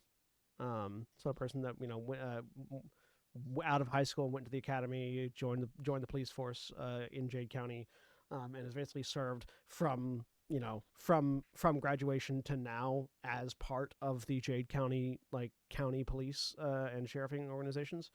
And so is like sort of proceeding up the ladder as opposed to Adler, who's sort of coming in at it from a different angle. Trying to I reach for my phone, military service. Remember it's broken, and then ask, hey Lillian, you think you could send a picture of his opposition back to home base? I'm curious if she used to exist outside of Jade County, or if she's a product of Jade County, and we need outside resources to find out. Yeah, I'll do that. But I would also point out the article to Virginia and read off bits of it to see if it actually matches up to what Virginia knows of him. Virginia, you know that he has never lost an eye. He This was is- in yeah, the this is- military, but he never lost an eye. That's all nonsense. Is Other than he did have military service. Do you look at the article, Virginia? Yes, for sure. Make an occult roll. Okay. Virginia's common. God! You know what? I don't care. Yes, I succeeded that. Oh, Ah! how much luck do Spend you the spend? luck. 25. How much did you get this? How much did you get to Luck start the session? anyway. Like 21. Okay, so still low. I'm down to 15. It's fine. Like with the so- comment of having lost them. sorry, with a success, mark that as success. Yep. You recognize that eye patch. That's an altered item. That is one that belonged to that was held in the Boston branch when he was there. Oh no. Fuck me. Do I know what it does? You're unsure 100% of what it does. You recall it has to do something with. It doesn't. The item itself was involved in a serial killing. It was the perpetrator functionally of the serial killing. But it seemed that the killer, if you recall correctly, the killer that was arrested and that the item was confiscated from, was referred to as like a circus performer killer or something like that. The newspaper had a field day because he was a knife thrower. And he would basically all of his victims were killed by knife throws. Right. That were thrown at impossible angles. Okay. So you don't know specifically what the R&D division ever determined the altered item itself did, but you imagine that it might have something to do with that, given the nature of altered items and how they tend to influence people that are involved in them. Understanding that para-utilitarians can oftentimes pull out drastically different abilities than the item itself presents, but it may have something. We need to recognized. retrieve that. That's an item. That's an artifact. What do you know about it? Used by a sideshow performer in a spate of serial killings. Modus operandi was thrown blades. Did the guy? I'm just guessing here. But the guy have no memory of his kills after the fact. Oh no, Anything like he that? remembered them. But he was very. Official record was that he killed himself in prison after his sentencing. He actually is still alive. He's being held in an FBC containment facility for study.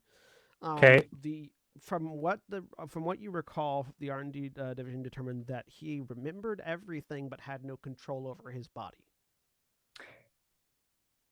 At the time, I think it's probably accurate, although he could always be making up. We don't know. He did not have control of his actions. That does not mean expect that to be the same case for a para-utilitarian. Absolutely not. Morgan would know what that item is and what it does. If he thought it would control him, he would not have it on. You all know that para-utilitarians are very difficult it's very difficult to control them with or without an altered item. Fair. Their nature as para-utilitarians makes them particularly hard to be susceptible to magical effects like that. Which is why they can do what they can do. Yeah. So it's unlikely that he would be being controlled by this eye patch. Right. Any reason that this particular would have reached out to him? Does he have any, or he would have reached out to it? Does he have a predilection for sideshows? Probably the murder. My guess is he grabbed it when he left because it was in Boston. Did he work on this case? I don't know. No, he was head of security. He didn't work cases. Okay, so no. But he would have known where it was. Oh, yeah. He would have probably had access to the vault. So he would have taken it with him. Sure. Is there anything in this story? And Lewis will tap. It's on the screen, right? Lillian's looking at that. Yeah. Is there any reference in here to where he's from? I'm curious how much Jade County news references the outside world. References him as a New England native. It looks like he was born in Maine. Lived there most of his life, enlisted in the military, lived all over. Eventually did some work. Eventually was working for a security firm in Boston, Massachusetts. And that's a point where it's bullshit forward, I assume. And then from there on, yeah, it seems to indicate that after retiring from his job in Boston, he came out here to Jade County, and has lived here amongst the community for the past few years, and is running for office, helping to put his expertise in security and military activity to work for the good of the county. A thought comes to mind of if we were being watched and he has an eye patch, is it possible that that's connected? It's possible. A lot of things are possible. Exactly. It's a good thought, though. Yes. Regardless, we need to get that back. Just make an intelligence check, Vanessa, or actually all four of you. Sorry, Vanessa, Vanessa and Virginia. Virginia is what I meant to say, but all four of you. Okay. Kathleen. This is gonna be real easy on Sen. We have multiple people with a V first name. With Victor, Virginia, Vanessa, and then Lewis and Lillian. This is why I'm trying to do Ginny more, but Lillian with a success. It strikes you that Head of Security has one altered item.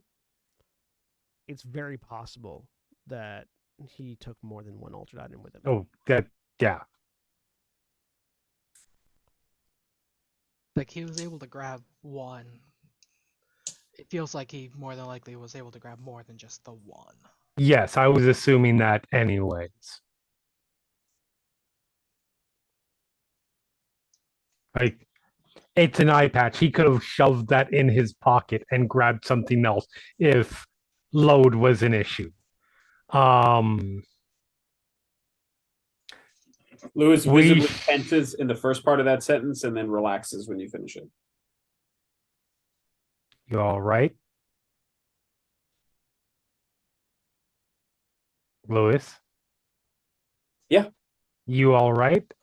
Yeah, just wanted to make sure, we're keeping everything on a, corporate appropriate discussion level. Okay. Is it possible that if we asked, we'd be able to find any information about? I was about to call, and we have to at least report at this point that he has the eye patch. Okay. Because I'm going to assume that they are aware it's missing, but it's possible they don't. It's possible they don't. That seems vastly irresponsible. Well, information within the Federal Bureau of Control is highly compartmentalized for a reason. Right. Each office is expected to deal with their own breaches of security like that, because the fear is that someone, one office lets another office know, oh, by the way, we've had some of our altered items stolen. If anyone at the other office is compromised in any way, they've just now leaked a securities compromise status to a compromised individual. Yep. But when you're dealing with items that could potentially be world-ending, you'd want to limit the amount of knowledge for leaks of security. Katie's still going to be judgmental. Oh, absolutely. Legit. Totally fair. So yeah, I'm going to contact our guy. Right. While you're making that call, outside, car pulls up to the Motel 6. Phonings for in the car. Carver. I mean, who are you calling? Are you calling Carver or are you calling Klaus? No. Actually, yeah, I would be calling Klaus. Yeah. Car should in the park. Again, Carver looks over at Victor. first name, multiple. All right, well, I'll take the rental car back, and y'all get to ride in that. He says, pointing at the slightly banged up. What was the rental car that y'all had? It was a. Was it an Acura? It was like a Toyota Camry or something like that. I think it was an Acura. I feel like it was an Acura. Yeah, 4-door Honda Acura. Looks like you could probably fit 5 people into it if you squeeze. Yeah. There's not gonna. No. Please bring my car back. I mean, the problem is having people to come, having a vehicle to come back with me, but I will drive you out if you need be. let's see what we can do. I'm sure you can make do with something while you're here. That is, after all, what Rangers do. We make do. Yes, I can steal a car if I need to, but I would rather have the one that I know. You get out. You notice that there's a Vic, make sure you grab your stuff this time. Oh, don't you start. As you go to the trunk to get your stuff, you notice that there is a Welcome to Jade County bumper sticker on the back of the car. That ain't good. Okay. There seems to be one on every car, including the Acura. Cool. All right, good to know. Well, reaches in, opens the trunk, grabs stuff out of it. They're over in that one, he says, pointing at the door that goes to the room that they're in. All right, let's go. Okay. Keep us updated. Car starts and he pulls out.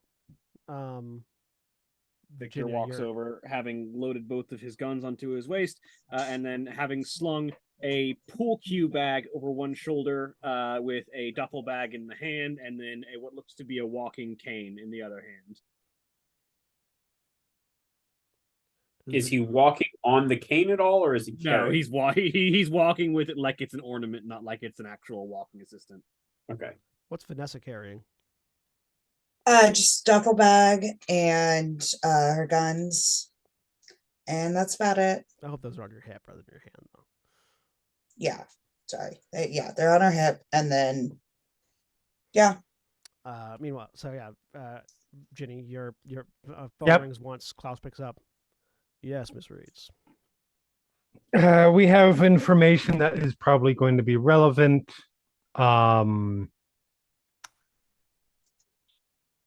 Mr. Alders appears to have acquired, and I don't know if the eye patch has an actual name for it, it like does, a but you classified name. It does, but you don't know what it is. Okay. The eye patch used by the blah blah blah killer in Boston. At this point, it was in the possession of the Boston branch. That's concerning news. I know what it used to do. Mostly. All right. He's running for sheriff here, if that was not made clear before. Yes. I'll put in a request for information from the Boston branch and see what we can find. If possible, maybe see if there's anything else that's missing from their vault. Have them do a full sweep, see if there's anything unaccounted for, yeah. Correct. Change priority when handling Alder. Avoid encountering at all means if possible. Until we know what that item does, and if he has any more, it could be potentially very dangerous just to be within eyesight of him.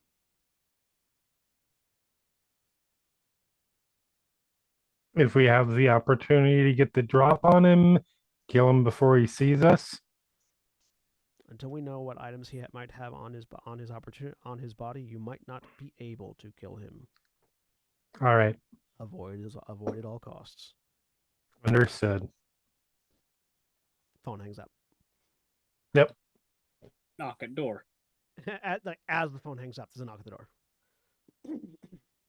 He jumps a little bit and just stares at the door.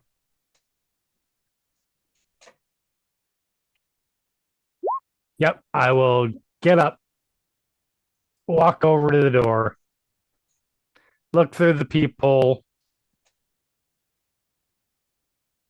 Looking through the peephole, you see our break. So, those of you that are watching, please stay tuned Fair for enough. these commercial messages. And remember, when we take our break, you take your break. So, stand up, stretch your legs, move around, whatever you need to do. And we'll be back in just a few minutes.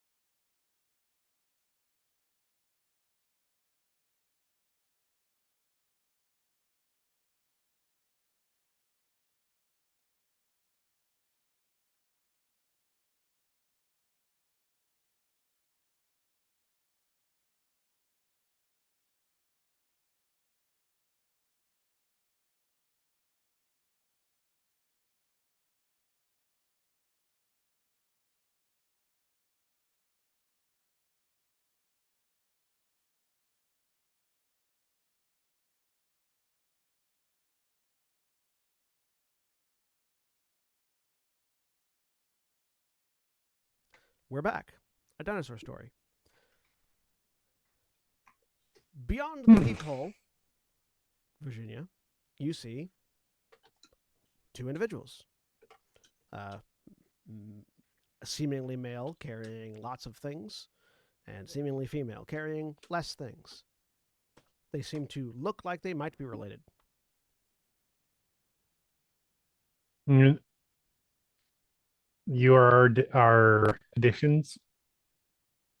Did you open up the door? Yes. Yep.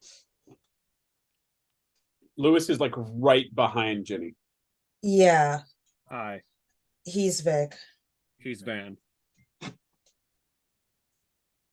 Steps aside and opens the door wider, gestures to come on in. Virginia. And Lewis, you recognize these two, having been worked in HR, because you know that they are two Rangers in training from the Chicago branch. Go ahead. Do I Certainly know them weird from enough their- to be Rangers. What was that, Jack? They're certainly weird enough to be Rangers. Go ahead and describe what the two Rangers see as they enter into the room, starting with Virginia, who answered the door. Oh Jesus! You're gonna ask me to describe the character. I haven't thought about her appearance since the first issue or episode. Describing is the worst. Very so. Virginia is in her mid-30s. Give me a second. I have to look at my fucking mini to remember what I look like. Blonde, I believe. Hold on, I'm almost there. Describing is the best because this is a system in which I regularly describe people via aphorisms, and then I love listening to my players try to describe their characters in like more specific physical detail. I just realized we still haven't changed clothing from the stuff that we got at the Some of you the have. excursion. Some of Did, you I have. Yeah, I definitely have. Yeah. did we I took a get new nap, a clothing? shower. Yeah, you got back to the We car. got and our you got back to the car. And we got your got our clothing. stuff back. Okay, you're right. Never mind. You pointedly very clearly got out of the outfit that you were given. Yes, because it was entirely inappropriate. So yeah, blonde hair about mid neck length. Side part, glasses. In very professional attire. A suit jacket, a beige suit jacket, beige pants, a red shirt, horn rimmed glasses, and just gives an aura of just being very straight to business. Jack? Not much of a jovial side. Jack, you want to describe Kathleen? I don't want to go next. Trevian, you want to describe Lillian? See Lillian sitting farther in the room, wearing like black pants and a white button up with like almost shoulder length blonde hair. Looks fairly nondescript, just your average young adult. And what disaster does Lewis look like today? I'm very offended. Lewis is very put together. Has Always. Like Lego. curly. What? Like Lego. Right. Has sort of curly, unkempt hair that is long, a little wavy all over the place. Big blocky glasses. Tall, very thin, gangly. Wearing khakis. A powder blue Oxford shirt. Unbuttoned enough to see that he's wearing a circle neck tee, t-shirt, white underneath, and is wearing, I think would be barefoot if they're in the thing. Well, not barefoot. He's wearing socks, just white athletic socks. Socks And do I know them from their Socks that files? Socks that have Go definitely ahead. found at least one sticky patch on the carpet. Yeah, probably. Do I know them from their files or do I know them personally? From their files. Okay. Do I have a sense that they would know me? No. Like, have they gotten paperwork memos from me, that sort of They thing? might. They've definitely gotten paperwork and memos from you, but you have no idea that they would know you. You're pretty confident that the Rangers don't tend to keep a head for faces of the office. You're pretty certain that Carver didn't recognize you until the 5th conversation you had with him. Okay. All right. And they introduced themselves. Well, they introduced each other as Vic and Van, right? Yes. Yes. Mhm. So Lewis just smiles and says, "Oh, Victor, Vanessa, it's really great to meet you both in person. I'm Lewis Lampley, formerly with HR, now in the field. So this is really great to get to meet you in person and work together." All right. Love the energy. Thank you. Give it time. Gets even better. I will. I'm- I'll reach forward and pat Virginia on. No, he reaches forward as if to pat And Virginia on there's the just a shoulder, shooting a dead stare. and just sort of does a hover pat, doesn't actually touch, and then just awkwardly puts the hand down. And Jack. I was looking up the pictures. I could remember what to describe. Katie's got relatively short brown hair. Her outfit doesn't really have a lot of personality except for her leather bomber jacket that she wears. She has what looks like a wedding ring on the wrong hand. And she's maybe 20. Doesn't look old enough to drink. For reference, they were described as maybe looking like they're related to each other. They are quite clearly twins. Yes, they look a lot alike. I always say maybe looking. I always give vagaries when I'm describing people because I don't know what people's assumptions are.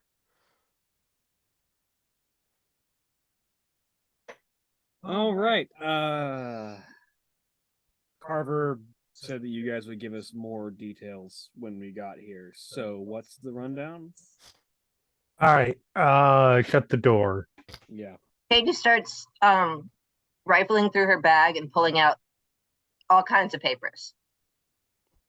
Vic closes the door behind them and sets the pool cue back down in the corner. And as it does, it sags a little bit, and you see the tip of a rifle barrel poke out of the end of the pool cue bag. Good. Oh, So we are, what we've determined so far is there's something being born in the lake. We don't know what, some entity. About to ask. Katie spreads out a map of the county and then another map of the county on which are scribbled the notes from their assessment of the occult nature of the geography.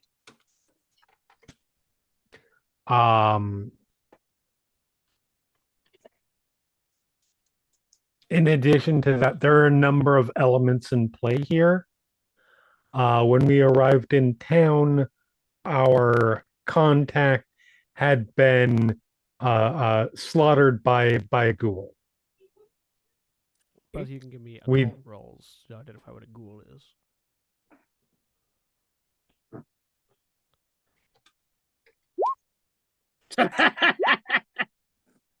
Neither one of you know a I had damn thing. pictures, but I mean, Holly might want to spend luck I'm- on that. If she wants. It's a Yeah, I'm gonna go ahead and spend luck. All right. So you're Oh, gonna luck. spend I had pictures, but my phone's broken, so however much like that is. those are gonna have to wait. How do you have Vanessa, a- remember, how do you have a Vanessa remembers the 7 in book your lesson. occult, William? Because I didn't put anything in it, and I just have the one improvement roll. Ah.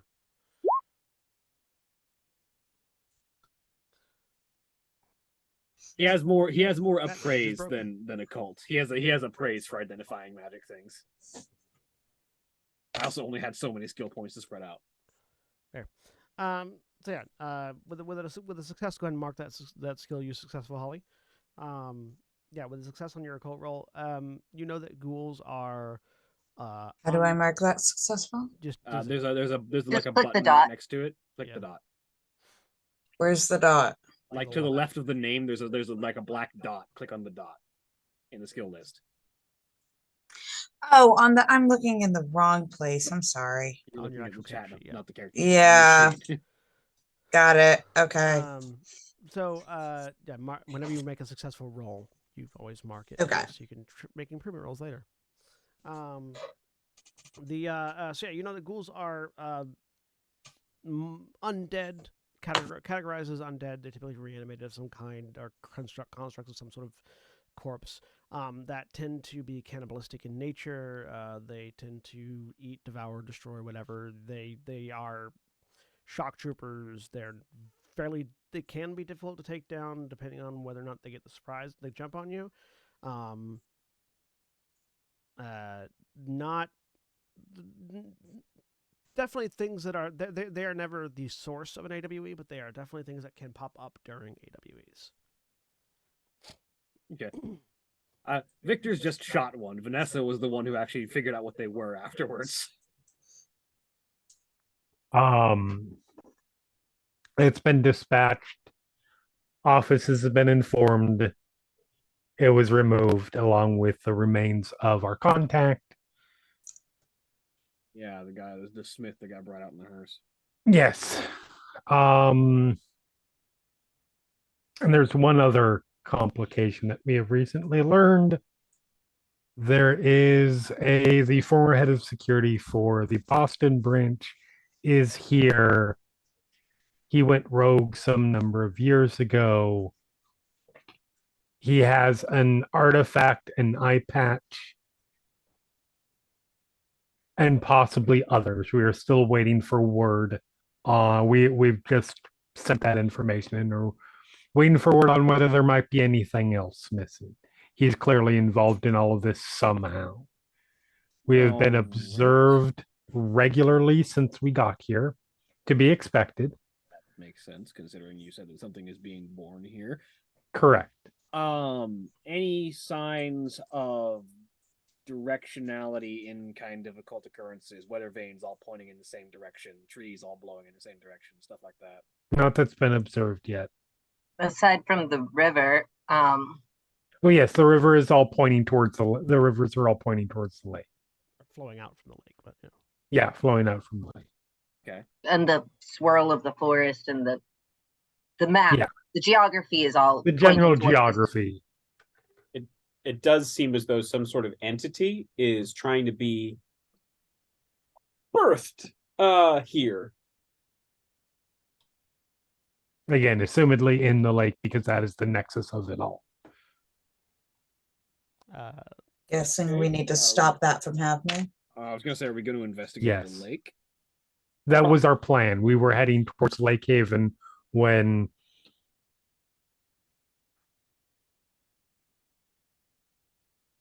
things came, other things became clear to us, namely Morgan's presence here in the city or in the county. Which I want to say gave us a real opportunity for team building and proactive addressing of issues on an interpersonal level. He does that a lot. You're I a just really nod in agreement. positive. You're a really positive person. This is his first field mission. That Well, sounds like HR. It's my attitude and my blood type. Don't tell a ghoul that. I'm a universal donor of positivity. Anyways, Cool. Okay. other random elements of strangeness. You may have noticed the bumper stickers. Yeah. Yeah. Oh, Been a regular thing. Kathleen, do you have the pictures? My phone's busted. Oh, no. Oh, Well- do you need a burner?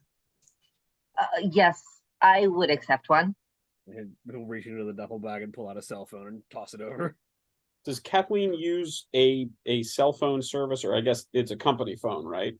So would Lewis know if there's a way to get backups of pictures? I mean, always pull the SIM card out. Yeah, cloud. Or Yeah. pull out any data card, if there's a memory card or data in it, SD card. Miss Claire, would you be able to get those pictures off of this just so we still have them to reference? I passed the phone over. Yeah, that should be doable. We've noticed looks like this. some real strangeness as far as recording of events. Now, Kathleen here is an excellent photographer and has been doing just a wonderful job keeping track of everything. But there has been some weirdness with the bumper stickers. I am working on being okay with the fact that I saw some figures in the mist. Did you all encounter the mist as you were coming into the county? Oh yeah, we passed did. through it. Yeah, so I saw some things that continued to be mobile in my film of them, which I am not too proud to say really knocked me for a little bit of a loop. But I'm sure that's no surprise to experienced field agents such as yourselves. As for the bumper stickers, we've discovered they can be removed without immediate consequence. Probably. None that we Okay. noticed. I was about to say, did you take one off of your car? We started Another with somebody car. else's. Okay, because I was gonna say if you did, then it's back, but apparently you didn't try. Oh, they're back anyway. They come the back one- anyways. The one that we took off is back. Yep. We tried putting it on other things and they just popped back onto the car. My car is currently being retrieved back to the office, so we're currently only on the one vehicle until hopefully Carver brings it back. We can get you a rental. I mean, yeah, there's always that. Yeah. Because of that aforementioned omnipresent vigilance that we're experiencing here, it really does seem like trying for a stealthy insertion here doesn't really make a ton of sense anymore. They're definitely aware that we're around. Yes, they're they're watching fully aware. all sorts of things. Other people, even our own computers, maybe phones, that sort of thing. So, Well, I guess if we're gonna build a game plan, we should probably know what each other's skills and talents are. So, what are all of you good at? Computers and research. Techie, got it. Field experience.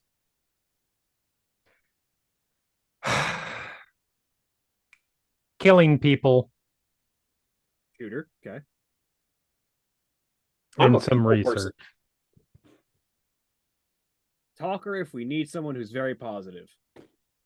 I've been making a long time habit of sticking my nose in every FBC document I can get my eyes on. I'm not bad at recognizing what I'm looking at.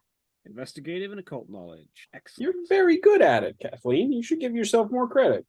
I also have a fairly significant amount of occult knowledge and library experience as well. I've been working as a librarian since.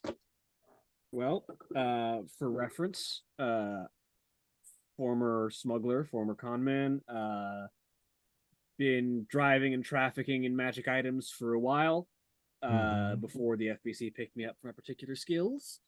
I don't have a whole lot of the academic knowledge of the magic items, but I have a good eye for when something is weird and how when it's valuable, and I'm a good driver and a good shot. Sis is an excellent tracker. Go on. I can talk for myself. Yeah, I don't know whether you want to. Go ahead. I'm a former bounty hunter. I'm a good tracker. I'm good at killing. I'm good at stealth. There is, after the two of them dealing it through, there is a visible amount of relaxation from Virginia for probably the first time. Would you say that those might be the skills that are most useful to becoming a ranger?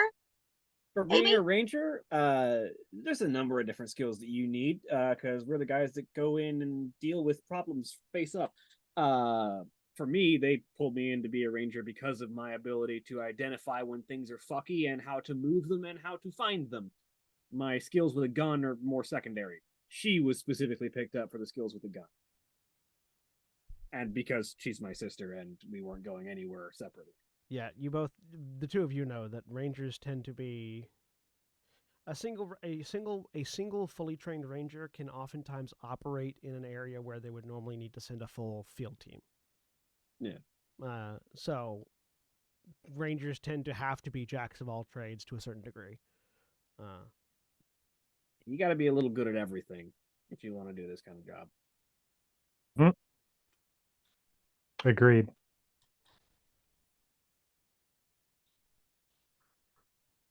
But yeah, the FBC found out that I was trafficking in altered items, as they call them, and paid a visit to our house one day. Call it that. Yeah. And between going to jail and working for the FBC, I'll take the government paycheck. So That is fair.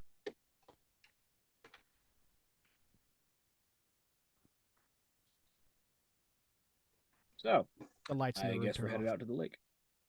Hmm. At the Motel 6. Yes. They've been Aren't doing they, aren't they supposed to keep the light on for you? Well, they don't let you turn it off. that. And it was on when we got here, to be fair. Kathleen, did you leave the detection kit open? Yes. All 4 candles light up. Oh, shit. Our friend is here. Huh. Well, I guess time to test this out and see if it's got any relation. As Victor reaches into the duffel bag and pulls out a Geiger counter and turns it on. Give me a Spot hidden. Hang on. No, not spot hidden. Me a Count Geiger's check. No. Sanity roll. Give me a natural world check. It's not great. Well, like, Lillian would have pulled out the laptop for trying to pull the pictures off the phone. It's the little light for the... You know what? I will put 36 luck into that to see. Yes. Market Big success. spender. The light on the camera is not on for the laptop. So you pull out the Geiger counter and check it. It's ticking a little bit, but it's not ticking like it's picking up radiation. But you do know that that's not a bad thought, depending on how they're trying to look at you. But you know that from what they were saying earlier, that it may be more along the lines of electrical than than something that would be picked up with the Geiger counter. With the natural world, with the successful natural world roll, though I will you will find out that you will be able to tell that the Geiger counter is still having more activity than it should, given that you're pretty confident there's no actual radioactive materials in the area. Background radiation is higher than normal, but I don't think that's the source of our monitoring, but it's worth keeping an eye on. I would recommend letting me sweep the Geiger counter over anything when we find anything weird in the future. Absolutely. Yeah, that sounds like a great idea. I will note for the others that have been here. It's not the one that watches us through like the webcam. Like the webcam doesn't appear to be active. Or at least that one isn't showing off. Yeah. Yeah, you recall that the candles light in the presence of altered altered or astral plane influenced activity. It's not just not just when you're being watched, but when something relating to an altered item is happening in the area. Yeah, but it also happens when we're being watched. It also happens when you're being watched. So with that said, he will turn off the Geiger counter, put it back in the duffel bag, and pull out his bug sweep kit and scan for electronic surveillance. Yep. You scan around. You get about halfway through the room when the lights come back on, the candles go out, and it doesn't seem like there's any like your bug squib you get doesn't seem like it's picking up anything. All right. Oh, Everyone, maybe a listen check. Altered doesn't seem to be showing up on regular surveillance. Yeah. So. I'm also just looking around. Just good old fashioned looking around. Give me a spot. I'm gonna I'll spend spend luck. 79 luck. I don't have that many. I'm gonna spend 7 luck.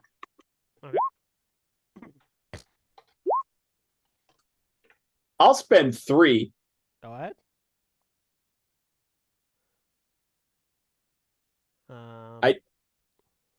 I clicked luck. I'm sorry if it rolls.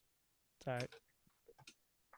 So that's a success from Lewis, a success from Lillian, a success from Kathleen, a success from Victor, and an extreme success from Vanessa. So all of you that got successes as you're sweeping around, as the lights come back on, the candles go out, you hear a thud. You're not certain from where, though. Vanessa, so a silencer on a gun doesn't silence the sound. It changes the sound to make it a different sound.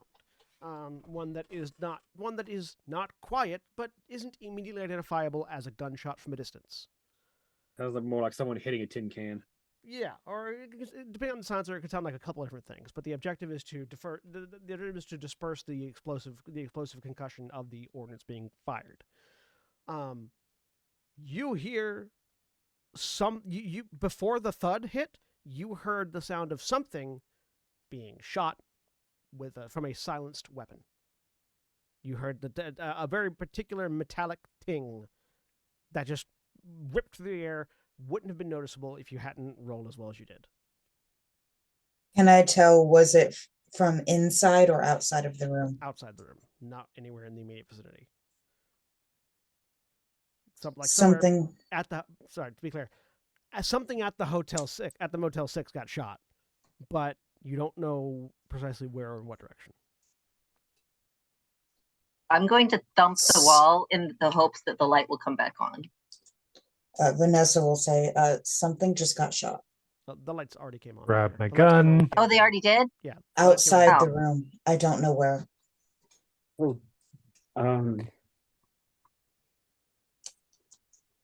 Wow. That was Victor walks over to the pool to the pool bag and pulls out the 30-06 semi-auto rifle that was stashed in there and like shoulders. Katie's gonna go peek out the window and see what she can notice out there. Give me a spot hidden.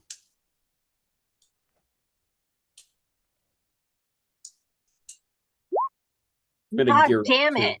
Hard success. Can I push that? Yeah. You can push that. I'll say that if you fail, something else will notice you. That sounds very intriguing, so I'm going to do it. Go for 100%. That sounds like a fun story. Oh, I didn't fail though. Hard success. All right, so yeah, Victor and Kathleen, you step outside. I've moved to the door. You've both made a hard success. We take a look out the window specifically. Yeah, look out the window. Looks to the door. From the window, you don't see anything in particular. Nothing. You don't see anybody with a gun or somebody or a body hitting the ground or anything like that. Well, I didn't expect to see that. You do see a car that is parked very pointedly, like not. So the hotel, the Motel 6 that you're on right now is like it's on like one road that leads into town, one road that's sort of like running perpendicular to that. That's sort of like a perimeter road.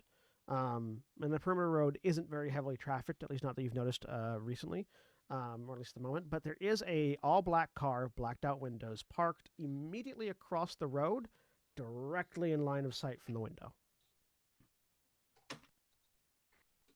I'm gonna gesture to Virginia before she steps out the door. And... Yeah, I'm not stepping out. I'm waiting there to see what you guys see first. Oh, I'm going to let you know that I saw a car. And I'm going to tell you where it is. Okay.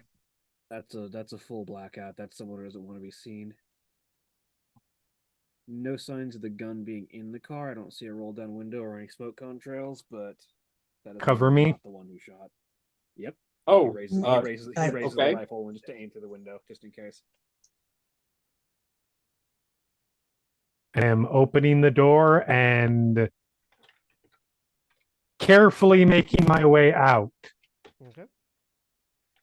Vanessa will follow behind her with her gun drawn. So to give you the idea of the layout, you are currently on you're on a first floor. You're in a first floor room, so you're immediately you basically open the door, step out. There's curb and then parking lot.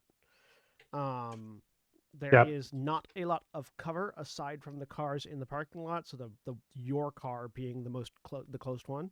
Not a lot of cars here either. So it's like your car, maybe 6 more total. None of them parked next to each other.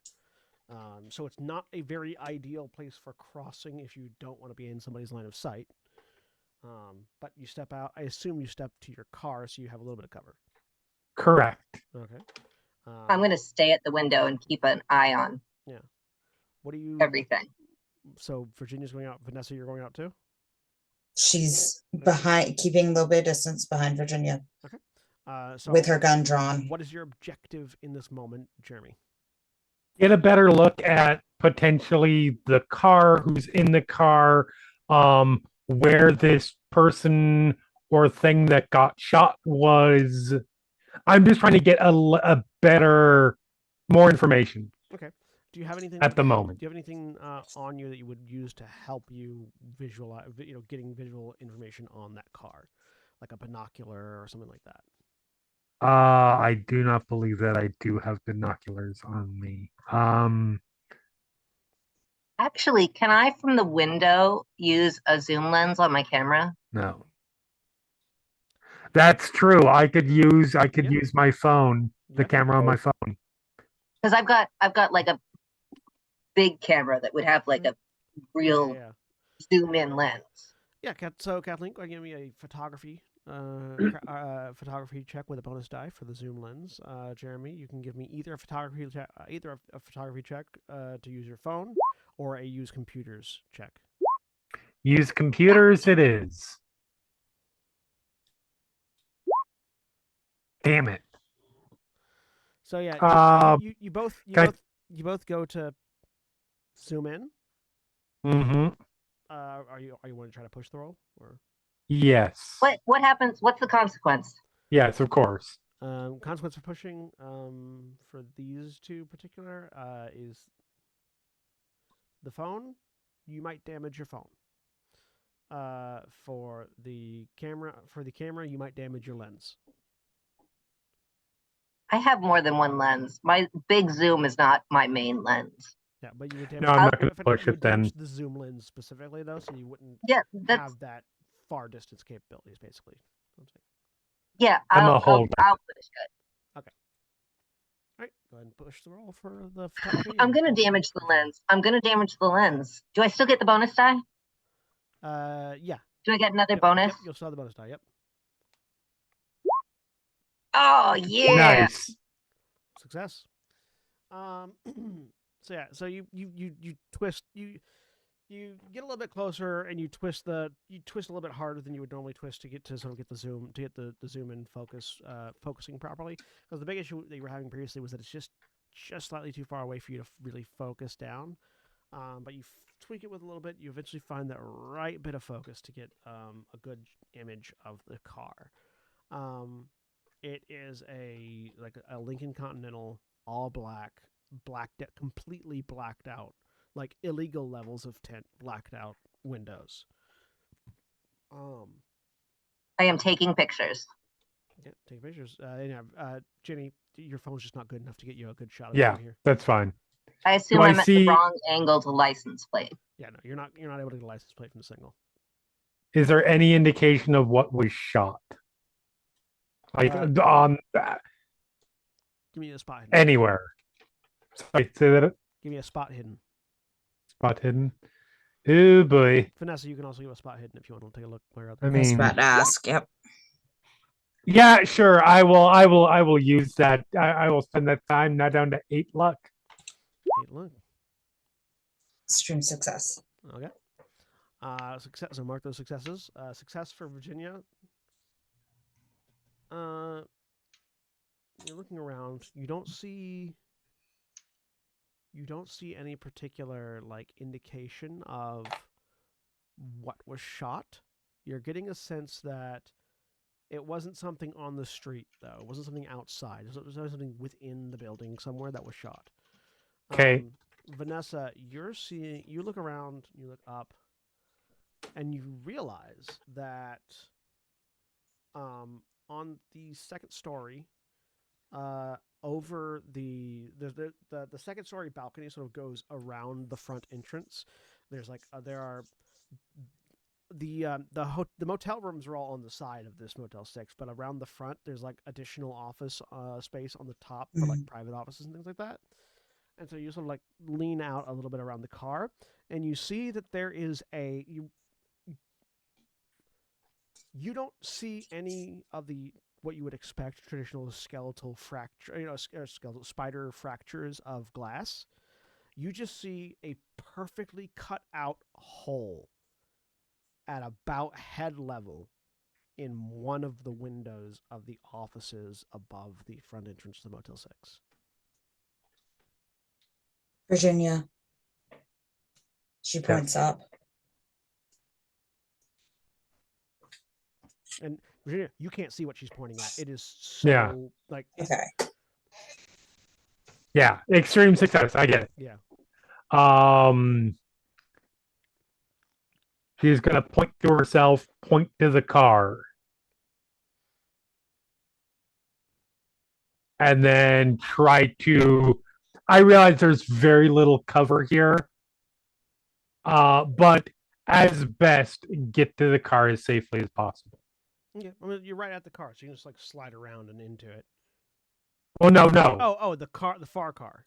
the car. Okay. Yeah, not our car. Okay. And Victor is trained in keeping cover on them from the window. Okay. Mm-hmm. And Yeah. Vanessa will continue to follow her. I'm going to see if Motel 6 has a security camera system that can be gotten into. Give me a computers check. And 2 that are sneaking. And to be clear, that hole in the window is like on the Motel 6, not towards the car. Right. So go ahead and give me stealth checks from Virginia and Vanessa. Mhm. Ooh, Oh. nice. Can I be done gearing up? Sure.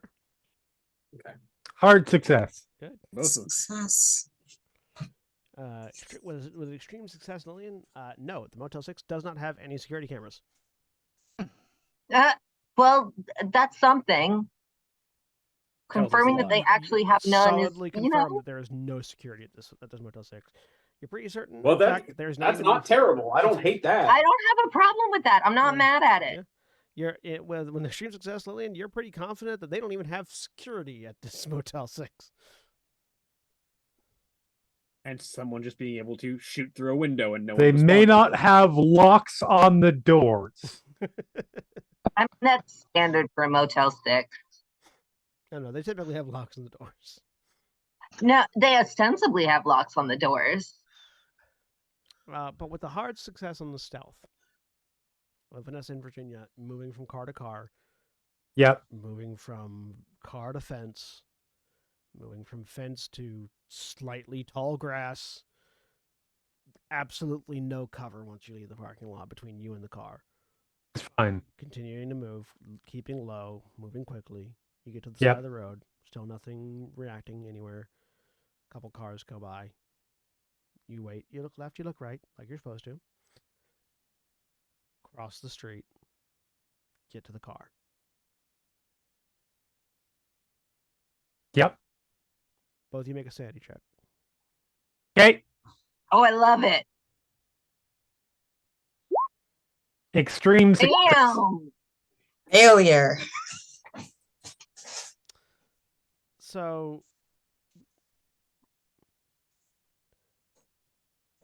this is less because of something that's inherently affecting and more because it is a undercutting of your expectations of reality.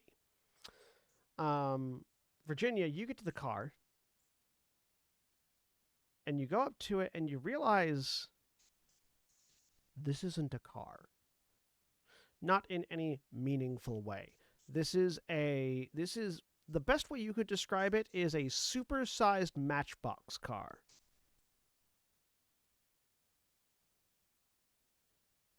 Which is just There odd. are wheels. It was a decoy vehicle. There are wheels in the shape of a car, but it is not actually a functional vehicle. There's no inside as far as you can tell. Right. Yeah. Vanessa, this is an oversized Matchbox car. And the implications of the fact that somebody is playing with you like they might play with a Matchbox car settles into the back of your brain and finds a nice nest. Go ahead and just roll me a d6. Right? Reduce your Sanity's sanity, reduce your overrated. sanity by 3. Awesome. So, Hey, yeah. it's okay. You can restore it by napping. So yeah, that thought just finds a nice home in the back of your brain and refuses to leave. Meanwhile, Ginny just looks annoyed.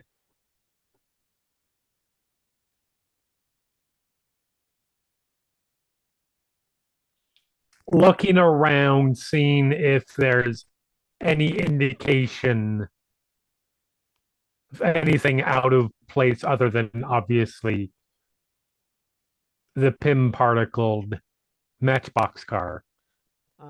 Looking around, yeah, there's nothing else over here. It's definitely the kind of thing that you would expect to like.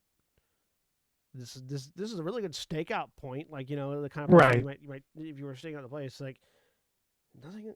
You don't even see how it got here. There's no tracks. There's no nothing. It's just this car was placed here.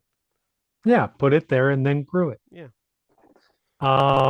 There's no, from this vantage point, do we see anything dark, shadowy person creeping around the Motel 6?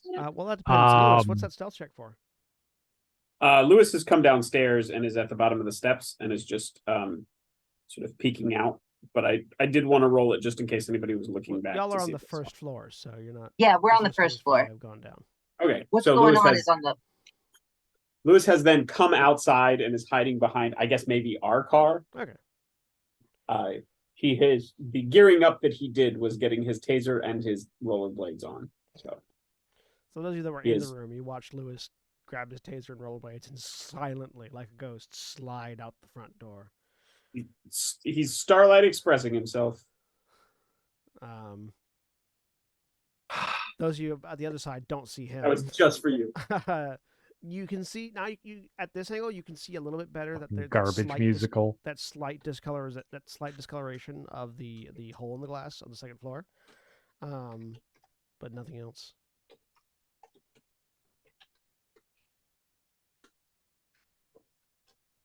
Let's go find who got shot, I guess. Cross back over. Yep.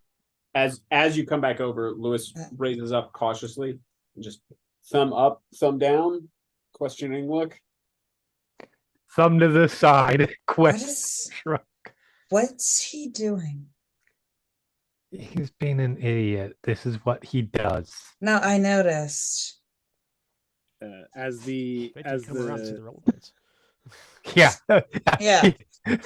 as the pair of them start crossing back and there's no obvious signs of attack, Victor stows the rifle back in the pool cue bag, shoulders it, and steps out, but keeps a hand on the Desert Eagle just in case. You're stepping out. Yeah. I'll go with him. As the two of you approach, from behind Lewis, Victor and Kathleen also step out. You get up to the side. Now, Vanessa, you can see that Lewis is in rollerblades. Wait. So, Why? so I look back over my do those shoulder. help, And see them. do those help with running? No, they help with blading. I do a quick, very quick. He's not an idiot. Mental calculation, and can't and just sort of counts and goes roll 2 and skates back inside really quick. I'm gonna go find Lillian. Oh yeah. Yeah, no, that's fair.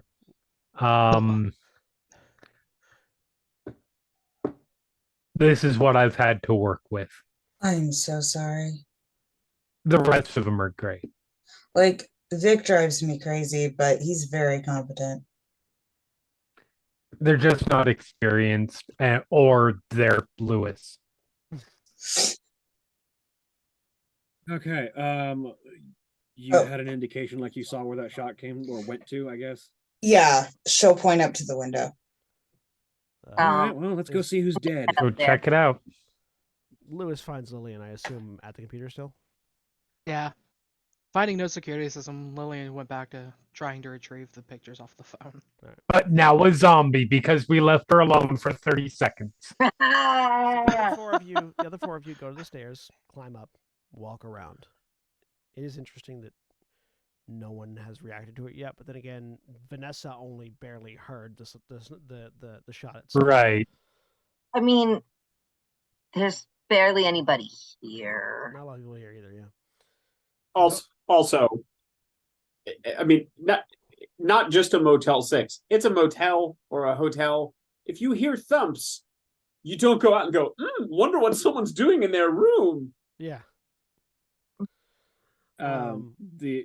Victor is walking with that walking cane in one hand, not using it like a cane at all, but has their left hand with the rifle bag slung over it, just resting on the handle of the Desert Eagle on the left side.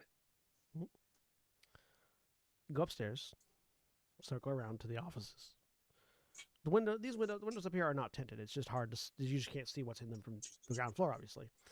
So you walk over to the window that has a hole in it. And inside you see a man wearing a low budget business suit, not particularly tailored, gray jacket. Was at one point a white shirt, now much more red. Looks to be somewhere mid-30s, early 40s.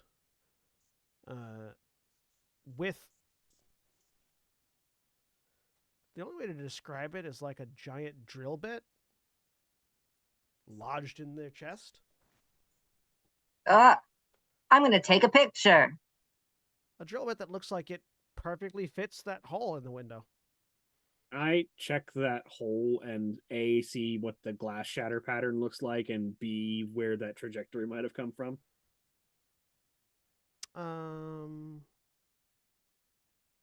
Like, is the glass on the inside scattered everywhere? Is the glass just gone? This will be the last roll of the night. Go ahead and make me a appraisal check. That's what I'm good at, hopefully. Not with a 94. Fucking hell. Push it. I could, yeah. What are the consequences of pushing this? The consequence of pushing this will be the destruction of evidence. I will try. Fucking hell. You go up to the window to try to investigate, and you sort of like because the window looks solid. You go to lean on it to sort of like get a better look at the hole. And as you push, it just disintegrates. A large chunk of the window just collapses inward. Loud, Victor like reaches out a hand to try and like lean and get a better look out the hole, and it just like crumbles. Like it. I only got one picture of that. It feels that like it was ain't just normal. It feels like it was just like it was held together by prayer, basically, after the impact, and it just crumbles into fragments. That ain't normal. No, it's not. But it was loud. And as you listen to the loud sound of glass shattering all over the ground, with a dead body that has a drill bit in its chest, that's where we're going to end for this week. Say goodbye, everybody. Bye, everybody. Goodbye. Bye. Goodbye. Goodbye.